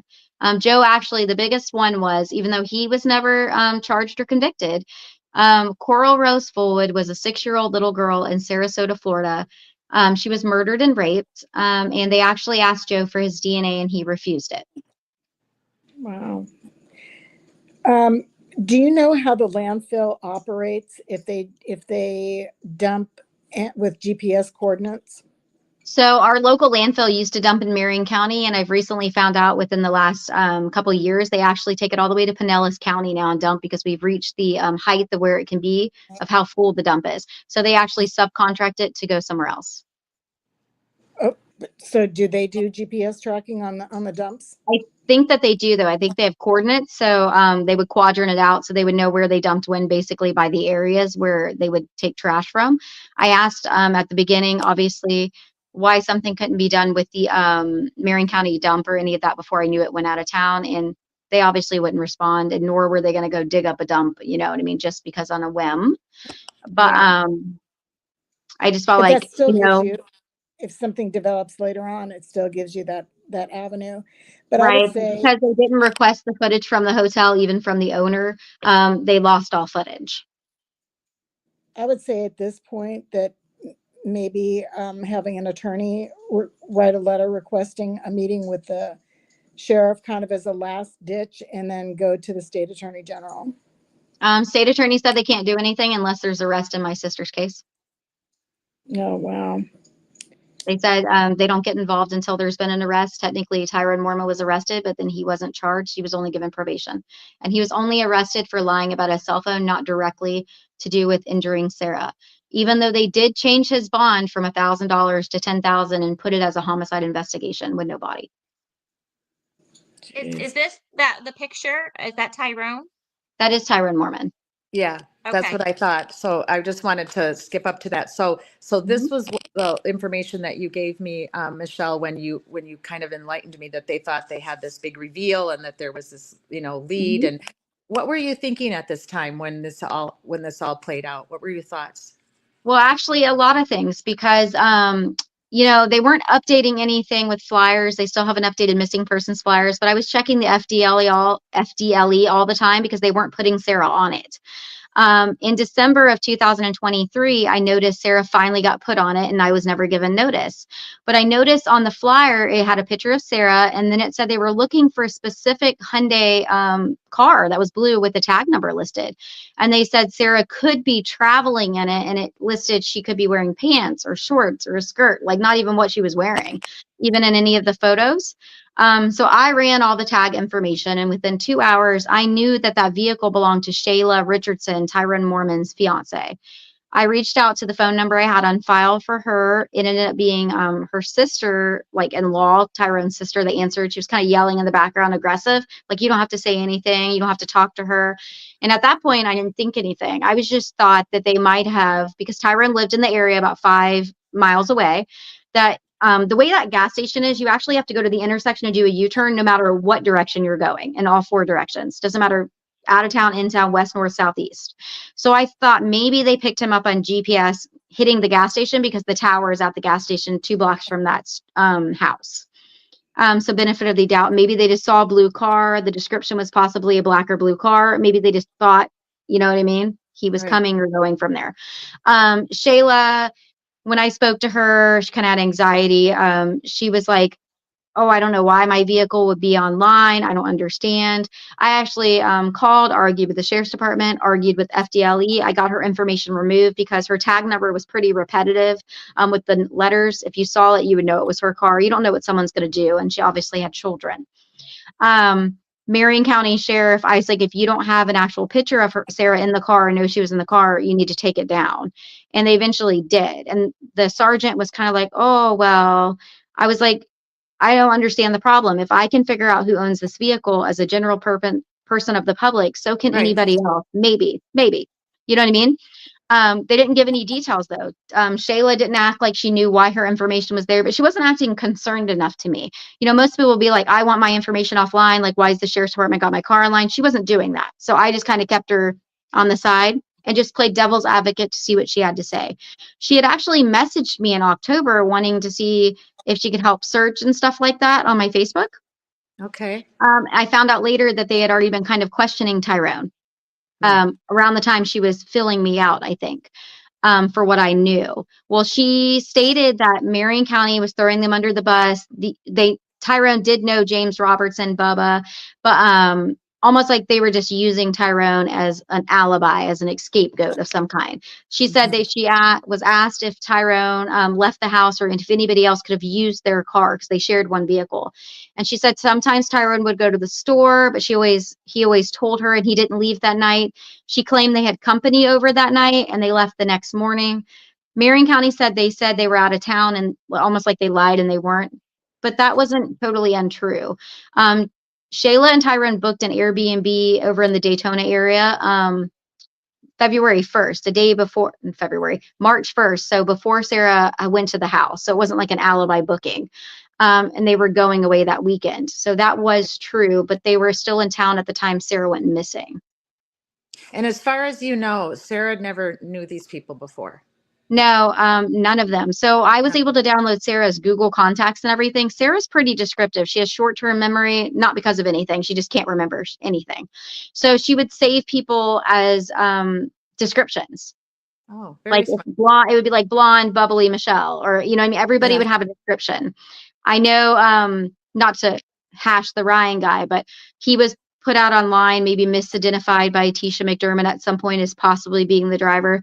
But she had him saved as Ryan Uber Painter 40. And he was a painter. He drove for Uber. He was 47 and his name was Ryan. Just an example. Yeah. So everybody had a So some she type could of remember how she met them and who they were. yeah, even if they were an Uber driver, like she would have, you know what I mean, a description of them as their name saved in her phone. But Tyrone didn't come up in any capacity on Snapchat accounts, Facebook accounts, anything that I could find. It just doesn't make So- sense when you were talking about the DNA missing items from her Mhm. apartment, toothbrush and hairbrush, I think you said. Yeah, That and doesn't those aren't sound the like only missing items. that doesn't sound like stranger danger. That doesn't sound like something a stranger would do to cover up if they were involved. That sounds like something that the daughter's father would be involved in. Right. And the other items that were missing. So in 2019, I started making a legal binder, probably 4 inches or more big, of everything Joe had ever done to Sarah, all the originals from every cell phone device she had ever had, including when he was stalking her for a year, where it showed his MEID number, serial number, how long he was logged on. He was actively logged on as one of her devices is how he was doing it, remotely from his phone where he was. That is missing, the whole entire binder. The paperwork showing my niece had a name change from Dahlia Marie Van to Cora Dahlia Mayton, spelled differently, is missing. Sarah's birth certificate and everything is still at the house. Obviously, her wallet's missing with her. She had approximately $2,000 cash on her from work. That is missing with her. Her cell phone's missing with her. Have you tried to locate the wrecked car, if that's still I available? did. It was sold twice. Joe's car and salvaged. It's in Texas, and I did make Marion County aware of that. Hmm. They weren't willing to look at the vehicle when it was in Ocala, Florida. And I'm going to say something about that, kind of that. If this had just been a situation where these people hung out with her, because they did have kind of, other than James Robertson, they didn't really have good histories criminal wise and drug wise. You could have assumed something happened there and they were lying and Tyrone was involved in it, you know, kind of thing. And they placed her shoes at home because they had her driver's license. But in the video where Joe was being arrested, we can remember that same morning he just told somebody she was dead, that he knew she was dead. Even if he didn't do it, however, he still said he knew she was dead. On the video interview, the officer asked Joe what brought him to Ocala, to the area. He starts saying, my daughter, and then he leans forward and says, her mother, I left her mother when she was pregnant. And then he stops, puts his arm to his chest and goes, is that recording? The officer shuts the body camera off. Joe realizes he's saying something out of context, but a normal reaction would be, if you just said you knew she was dead that morning, even if it was just a gut feeling, and we're taking that out of context, let's say, why are you not saying, I came to Ocala for my daughter, and then get upset and say her mother's missing? That. And we're talking about, 26 days after her being missing. He was so upset that same morning about her being gone or missing or knowing something happened, supposedly. But he's not showing any sadness, remorse, or talking about her then. He's going to a negative, that he left the mother while pregnant. It sounds His like you need. words and the verbiage that he uses is just unbelievable to me, because it just doesn't make sense. And what also doesn't make sense is that nobody is doing anything to, like, what are they doing and how do we hold them accountable? I just, it's such an injustice and tragedy that, why are they, look at your beautiful sister. I mean, she is just gorgeous. I don't care what she did for a profession. She is a beautiful soul, and she deserves some to be found. We need to find her. So I'm so sorry this is happening, Michelle. Well, I see Shauna, because I can see these messages popping up now, said she wanted to know how Joe knew she was with those friends that Friday night. The only way for Joe to know is if he was actively logged on her Gmail as one of her devices, because that gives him access to anybody she texts, calls, emails, 24-hour access. He can see photos, everything. And he can actually delete his, where you log on, it shows your device. You can then delete that login back out. Sounds like you need a pressure campaign with the sheriff to get moving. Bingo, Deirdre.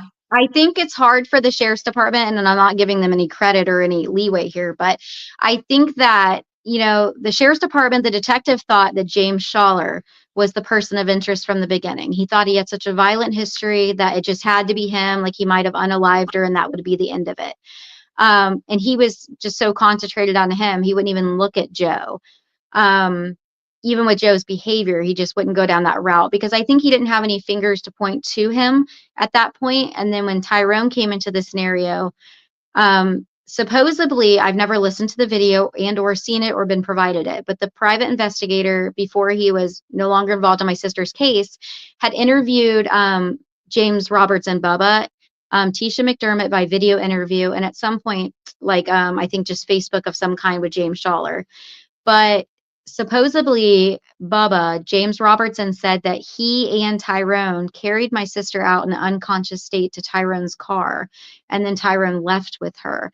No one ever specified what that unconscious state was, if something had already happened, if she was just intoxicated, like, hey, I need to go, I don't have time to wait for her to get up, you know what I mean? The private investigator didn't ask any further questions, even though I asked for him to. I think he felt like I was belittling him. His statement was kind of, you need to let evidence fall into place, and you can't push the pieces together because you want them to be pushed together. And I obviously thought, if someone's saying she's unconscious and they're carrying her to a car, more questions should have been asked, and they weren't asked. So I think the sheriff's department's kind of stuck with Tyrone, because Tyrone won't say, yeah, I just dropped her off. And then you go, well, did something else happen with Tyrone? Did they possibly sexually assault her?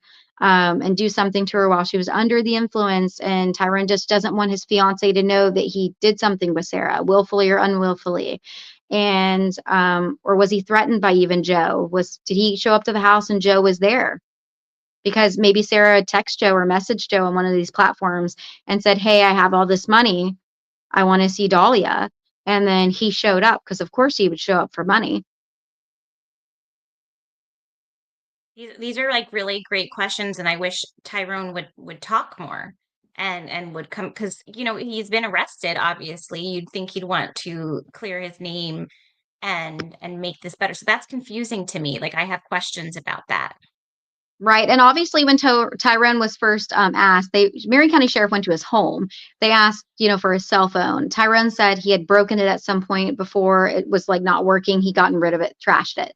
So they found out later from actually interviewing his fiance at her job, kind of remotely at the same time, that he had his phone. He might use text app services and other means to speak on his phone, but he had his phone, like he still had it. So they actually got a warrant. When he knew a warrant was coming out, he actually scheduled and met them in Ocala, Florida, and gave them his phone. But they in turn still arrested him because they already had the warrant, because they had already gone through the process. And then they did just some questioning, and then he was released. Now, I went to Tyrone Mormon's hearing because Marion County put into discovery that they had a video trail cam video was one of the discoveries, not just all these frivolous interviews with his fiance and all these other people. So I figured that video would show where Tyrone was driving, right? Like, why wouldn't you search that road first? Like, it's going to show a location of some kind. I thought they would play the discovery. It didn't happen. Tyrone Mormon's attorney came into like the little outside waiting room of the courtroom and walked up and said to him, Marion County just wants to know where you dropped Sara Ebersole off. That's all they want, and they'll drop all charges on you. That's all the information they want from you. So Tyrone just looked at him. He didn't even respond. And his attorney said, well, I just told them you didn't drive her, you didn't have her in the car. I don't have the information that you need, unfortunately. And that's where it ended. And he was just given probation. Nothing was ever played. But that told me that Marion County also thought that Tyrone dropped her off. But they need him to say it to possibly move on to someone like Joe. Now, Joe is smarter in some ways when it comes to like, record wise and stuff.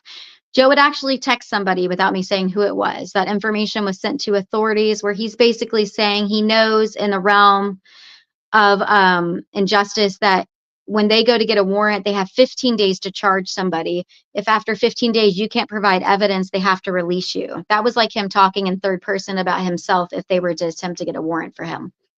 So Marion County knows he knows the law. So they can't bluff him. He's very manipulative, even with the police. It's almost like a power control. Like, I know what's going on, and I have moving all these chess pieces, and I can do what I want. Well, he actually, when it comes to interaction with police, he actually immediately starts telling them they're low IQs, that they're unintelligent. He has to speak to supervisors.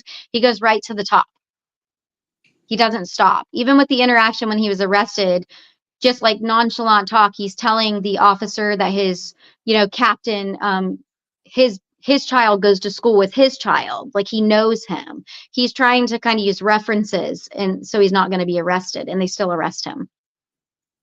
I still go back to it needs to go to a pressure campaign with the sheriff's department, because only the sheriff can bring this investigation back to square one with new eyes. And that's what it sounds like it needs to happen. And I don't know if you can request that yourself, probably not. Oh, I've requested a lot. I've requested even to speak to the sheriff. I emailed the sheriff. I actually tagged the sheriff in all the emails to the sergeant and the detective. So they can't say that they're not being notified of things that are happening. So there's a paper trail. He's elected, right? He is. This is his third term. Well, I think that's where you need to go. I don't think you're going to be able to get anything moving. He's your stumbling block. Right. But we just have Tyrone not being cooperative because Sean is asking. And then obviously Joseph's not. So when the private investigator was still involved, he actually messaged Joseph on Facebook and then shared that screenshot of the interaction of their conversation. He just basically said, I'm not an officer, but I think it's come time now for me and you to speak about Sarah. I know you've claimed your innocence, you know, without knowing that he claimed it, but just knowing he would say he was innocent. And Joseph responded to him, you know, that he wasn't an officer and told him to pound sand and blocked him immediately.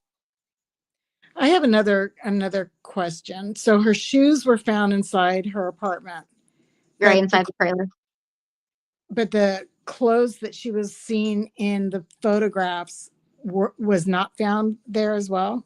No dirty clothes, nothing disturbed in her room or anything. Sarah was very neat and tidy. So when I say, like, even though she was an exotic dancer, she had a rolly suitcase that all of her dance wear stayed in with the shoes, and she took that to and from work, to and from with the Ubers. That's what she had to, you know, take. Underwear and like the little Temu bag still in the plastic in her drawer is how she kept them. The only thing in her room was the little 4-pack of wine sitting on the floor that was not taken into evidence. It was actually tossed later in the trash. Were her pajamas out? Nope, nothing. No dirty clothes. Sarah had already washed her clothes, so there was nothing dirty. And none of her bags, because I actually moved her into her roommate's trailer to, you know, rent that room. None of her bags or luggage were missing. So it wasn't like, because at first they assumed, you know what I mean?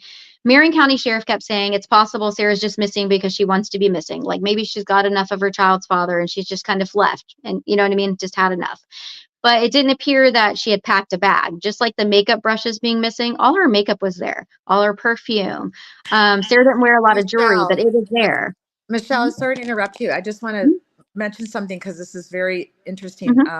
So there was another missing person case. This was a while back now, and it was a lady that we have covered on our show. We have talked about her, and they tried to, in the beginning when she first went missing in the first like 10 days, and they didn't really have much of a clue what was going on. And her soon to be ex-husband and his new girlfriend tried to put out the narrative like Gone Girl, because they were arguing so much and they were trying to claim that she was having mental health disturbances and that she was stressed because the kids liked being with the girlfriend better than their mother, which was a lie. But these are like, once someone's not there to defend themselves because they're either dead or missing, the person who killed them can say anything they want to say, and people will believe it or not believe it. So that's what I always was going to come back around to as we wrap up tonight, because we're not done, Michelle, because now we have a whole chat room full of interested people that want to help you, and I'm sure on replay we're going to find more people that want to help you. And my idea is for everybody to absorb, because you have been amazing tonight. Your knowledge of your sister's case is fantastic. You have it memorized upside down the other. I think there's a way we can use this live stream tonight and this deck that I've created, and you can help me if I need to fill in some missing pieces of more information I can put in this deck for you. But I think we can create a really big piece of evidence that we could give to someone to listen to, somebody in the state of Florida. We all have connections we might not even know we have. I mean, I'm even at the point where it's time for me, and Deirdre, you can tell me what you think, Shauna, anyone in the chat, Nick, I think it's time to go to a senator or a congresswoman. And a few years back, I was fortunate enough to meet one of my senators in my Volusia County area. Because I was in the right place at the right time. I was working on a paper for my master's degree, and she was kind enough to meet with me. And she's still in office, and I might use my connection and see if I can get a meet with her. I just feel like this case is so convoluted and so messed up on so many levels. And I've seen it in the chat all the way through tonight while you've been talking so eloquently, Michelle, and I know how painful this has to be for you. I don't know it on a personal level because I've never had a family member missing, but infuriating are some of the, infuriating, disgusting, despicable. I mean, all the words that I've seen in the chat tonight, Nick, this is driving me crazy. There's just so much with everybody that's here tonight with you and wanting to support you. So I think we should absorb everything you've told us tonight. I can get this Google, I will get this deck to you, Michelle, so that you can add bits and pieces to it as you would like to, but I'm happy to do that for you. You've done enough work as it is. So I'm happy to help build this deck of evidence. And if anybody else wants access to it, I'll make you an editor. And if you have comments that you want to put on the slides, we can all kind of form a team now and try to work together and make a plan. So what's our next step? Where do we go next? Because we can talk all day long. You can tell us everything that's happened, and we can sit here and say it's disgusting, it's horrible, it's terrible. But what's the situation now? What can we do to help? Because there has to be something that we can do. This is time for a community effort, boots on the ground, to get a push for this case to move forward and for them to find whatever they need to figure out, because they've got enough evidence to do more investigating, to have more conversations with Joe specifically. Right. Well, I think the main thing right now, I know some people may look at my Facebook and see that I put a petition up. I feel like the most important thing is that Marion County Sheriff has never, since March 31st, 2023, updated the missing persons flyer for Sarah. They still have a missing persons flyer asking for the general public to look for the black pickup truck from the surveillance footage with a picture of that truck on it. They have never updated it. I have emailed, I have called, I've done the petition. I saw people messaging me, hey, I saw this truck. I think it's the truck. Sometimes it is the truck because it's in that town. But Right.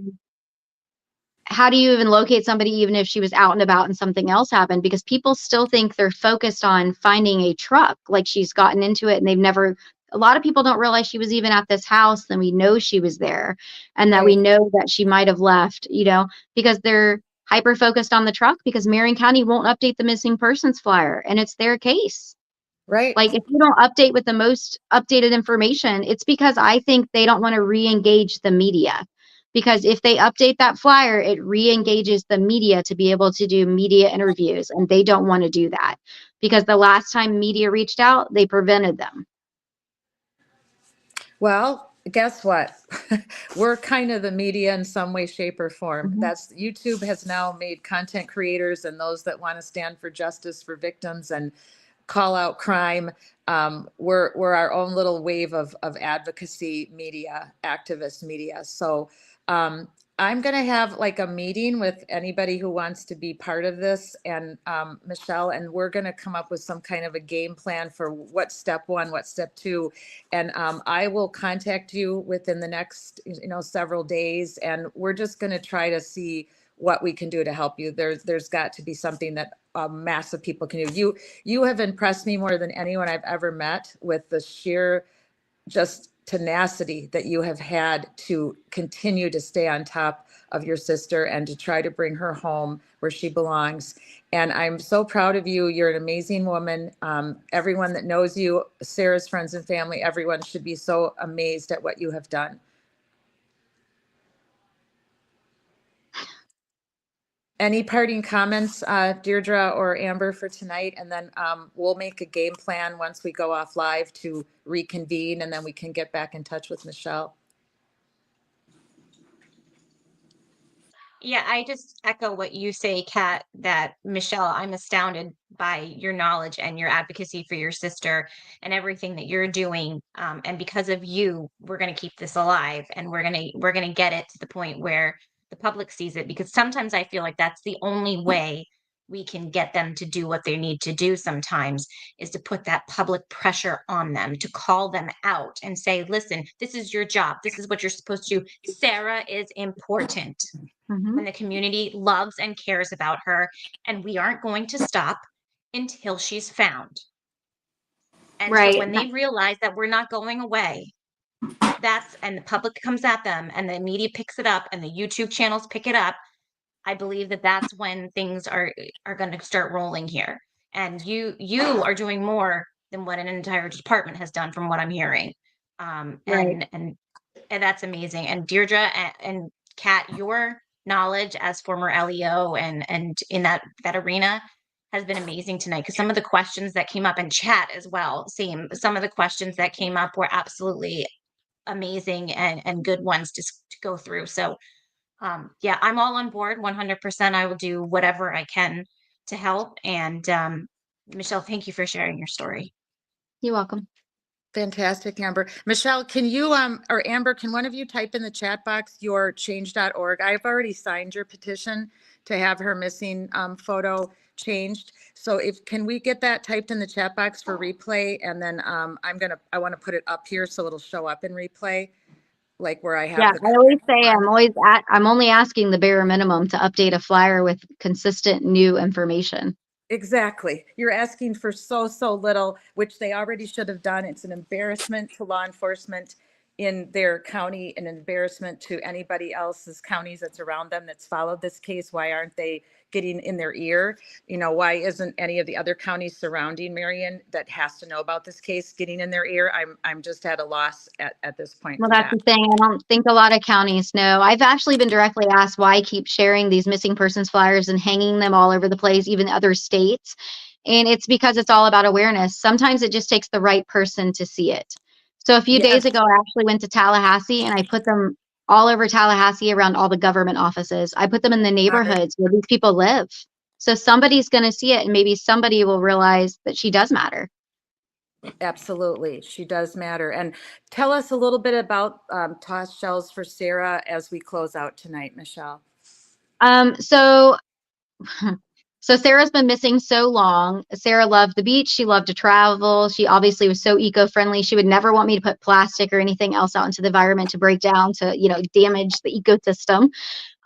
So I thought the only way to kind of keep her alive per se to the public was to do toss shells for Sarah. So I got a bunch of seashells, huge ones. That's what I was doing when I was getting ready for this, actually. I rewrote hashtag Sara Ebersole on them. So when people go on adventures, when they go hiking, they go to the beach, wherever they go, whatever adventures that Sarah can no longer do right now, she kind of still gets passed around and gets to do those things in a way for her to still travel and do what she would have done. She just wanted to be everywhere and immerse herself in everything she possibly could that the world had to offer. And I felt like that was the only way to do it. So when someone finds a shell, they'll look up the hashtag and realize she's a missing adult. They might place it somewhere else. I mean, Right. these shells are all the way in Canada. They're in Spain. They're in Mexico. It's not just the United States that they've been taken to. And That's now people are amazing. starting to post online that they're finding them. And then they're like, what's going on? And they're looking up and they realize she's missing. So it was also a way to spread awareness. And it's because people asked me to do a candlelight vigil. And I did not want to do that because I feel like once you do something like a vigil, people Yeah. think that means she's been located and she hasn't. Right, right. No, this is fantastic. This was brilliant on your part for her memory and for everything that you've done in the last year and a half to bring her home and for her daughter, for her legacy. I'm so impressed with this and with you. And I'm just really grateful. I don't know if you want to let the audience know who brought us together, or I didn't know if I was allowed to. So I was going to leave that up to you. But I mean, you can talk about it if you want. That's fine. I don't know. Is she in the chat with us tonight? Do you know? Oh, I don't know. So the Karen Reed case that Amber and I have been following, and many of the other ladies in this chat, it takes place in Massachusetts, where a Boston police officer was found dead in the front lawn of another Boston police officer, and from there, his girlfriend was charged with his murder. She was charged with intentionally hitting him with her car after having a fight, which most of us that watch the trial, I'd say 80% of us, 90% of us don't believe that. So this has been a case that kind of captivated the country. There's been so many other things that have happened in this time frame as well, so many other murder cases and domestic violence murder cases. But for whatever reason, this particular case ended up capturing nationwide and worldwide media. So a lot of us that follow true crime and missing persons cases and murder cases, we were drawn to this. So that's how I met Amber. That's how I met the majority of the people in this chat tonight. And that's how I met your friend, was through the Karen Reed trial. I don't know if she told you that. She did. Cool. So she met me through one of the other content creators that follows Karen Reed. And she posted about that she knew someone whose sister was missing, and that because I lived in Florida, that maybe I would want to look into it. So she contacted me on Twitter, and I'm really happy that she did. It makes me so proud to be able to meet you and work with you on this. to try to help you find your sister. And I love her screen name. It's Fairview Road HOA President. So you know that she is following that case with Karen Reed and John O'Keefe quite closely.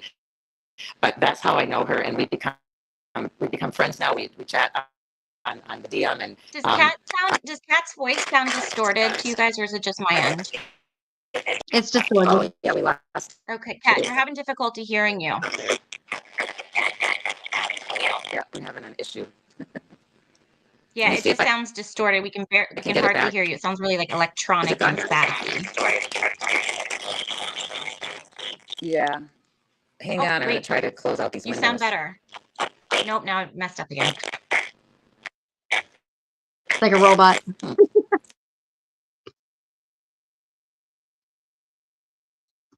I'm pretty sure I got the right one here, Michelle. In the chat box, I put the change.org demand a thorough investigation into the disappearance of Sara Ebersole, right? Or Ebersole? Ebersole? Ebersole. By Marion County Sheriff. I put that link in the chat. Please copy and paste that, and everybody sign the petition and help us and get on board with all of this. Because we're all here to help you. We 100% behind you, and we're going to demand this thorough investigation, and we're going to make results happen, because this is what happens. And like with the Karen Reed case, that movement is amazing, what people have done when they've come together and been boots on the ground and have demanded justice and transparency. And the only reason that that's happening is because of the people and the people coming together. And I think that you're going the right route here in trying to get more awareness and get it to the right people. And God love a sister like you. I mean, you're amazing. Trying my best. It's like you're fighting a whole department. And like I've said since the beginning, there's one detective on this case. That's it. It's one detective assigned. It's not somebody I got to choose. It's not like a consultation with an attorney. If it wasn't a good fit, I got to pick somebody else. So I'm basically limited to this one person caring enough about my sister to want to do more than what they have other cases on their desk. And that's not okay with me. See, that's what we need to do, is come down with a list of demands, for lack of a better word, getting a new detective assigned, probably at this point. Well, I actually tried that, because this particular detective actually went down comments on my Facebook many months ago, putting laughing emojis on my Facebook account. He was not reprimanded. Internal Affairs was contacted by everyone that saw it. I was never contacted back, actually, but the other individuals were, and they were just told he was just simply asked to remove the emojis. That was it. Yeah, that's where it's got to go. It's got to go up higher, like you're talking about, to one of the representatives in the state or a senator. And well, I was actually, the governor's office told me I had to contact FDLE or Marion County Sheriff. They don't handle any of it, and they wouldn't. What did FDLE say? Contact Marion County Sheriff, and they would not take any reports against the Marion County Sheriff or the detective. Wow. So I know we didn't discuss it. We won't go too far into it, but I know people are going to ask before we end. I did have her house and the last property she was at with the house party. I did have all of those searched myself. Marion County Sheriff would not do it on their own. So I brought in cadaver dogs and a search team. You still have avenues, though. You still have two vehicles. The one that belongs to Mormon and your niece's father, right? And the landfill. So there's still work to be done, right? But I think we're just stuck. I think they're stuck on Tyrone without him talking. I try to actually, his sister will go down my Facebook a lot and kind of go on rants and raves, and all I ever respond is that Marion County Sheriff put out your brother's name. They say they have evidence. He drove my sister. He was with my sister. This is not me putting his name out and slandering him. This is asking for answers. Anybody would. Has he ever been asked to take a polygraph? No, he's never been asked to take a polygraph or any of that. It was just the simple lying about the cell phone and the simple questioning. That's been it. Maybe you could ask him. I mean, Tyrone's never talked to me. It's just typically his sister goes on my Facebook. Guys, Yeah. I'm so sorry to interrupt you. I have to step in, but there's some kind of static here, and I am getting the evil eye from my head nurse telling me I must return to my room. That I am not going to be able to set Patient myself hours. back with rehabilitation. Okay, so I am grateful to everybody in this chat tonight. I'm grateful to you, Michelle, and we are going to work together. I posted that we're going to make an action plan within the week. We're going to build a team. We're going to surround you with love and hope and light, and we're going to get justice, because that's what we do at Social Change Warriors. Thank you, Deirdre. Thank you, Amber, Michelle, Sarah, wherever you are out there, girl, we're coming for them, and we're going to get justice for you. Any questions, please send me a text, or you can send me a Twitter. I am on Twitter, Social Change Warriors. You can DM me there, Facebook. You can find me there as well. And if anyone wants to volunteer with us, you can put it in the comments on the replay. We're taking volunteers right now for Social Change Warriors to work on Sarah, bringing home Sarah. We'll make a list of hashtags that we want to use, including this one for Michelle, toss shells for Sarah, and we'll get an action plan going within the week. So stay tuned. We'll definitely have another live show about this probably next week to let you know what our plan of action is, what we're going to do first and foremost. We know this won't happen fast. Justice is not fast, but we're going to stick with it, and we're not giving up, Michelle. Neither am I. We know you won't, girl. We know you Thorn in won't. their ass, as they say. That's right. Thank you, everyone.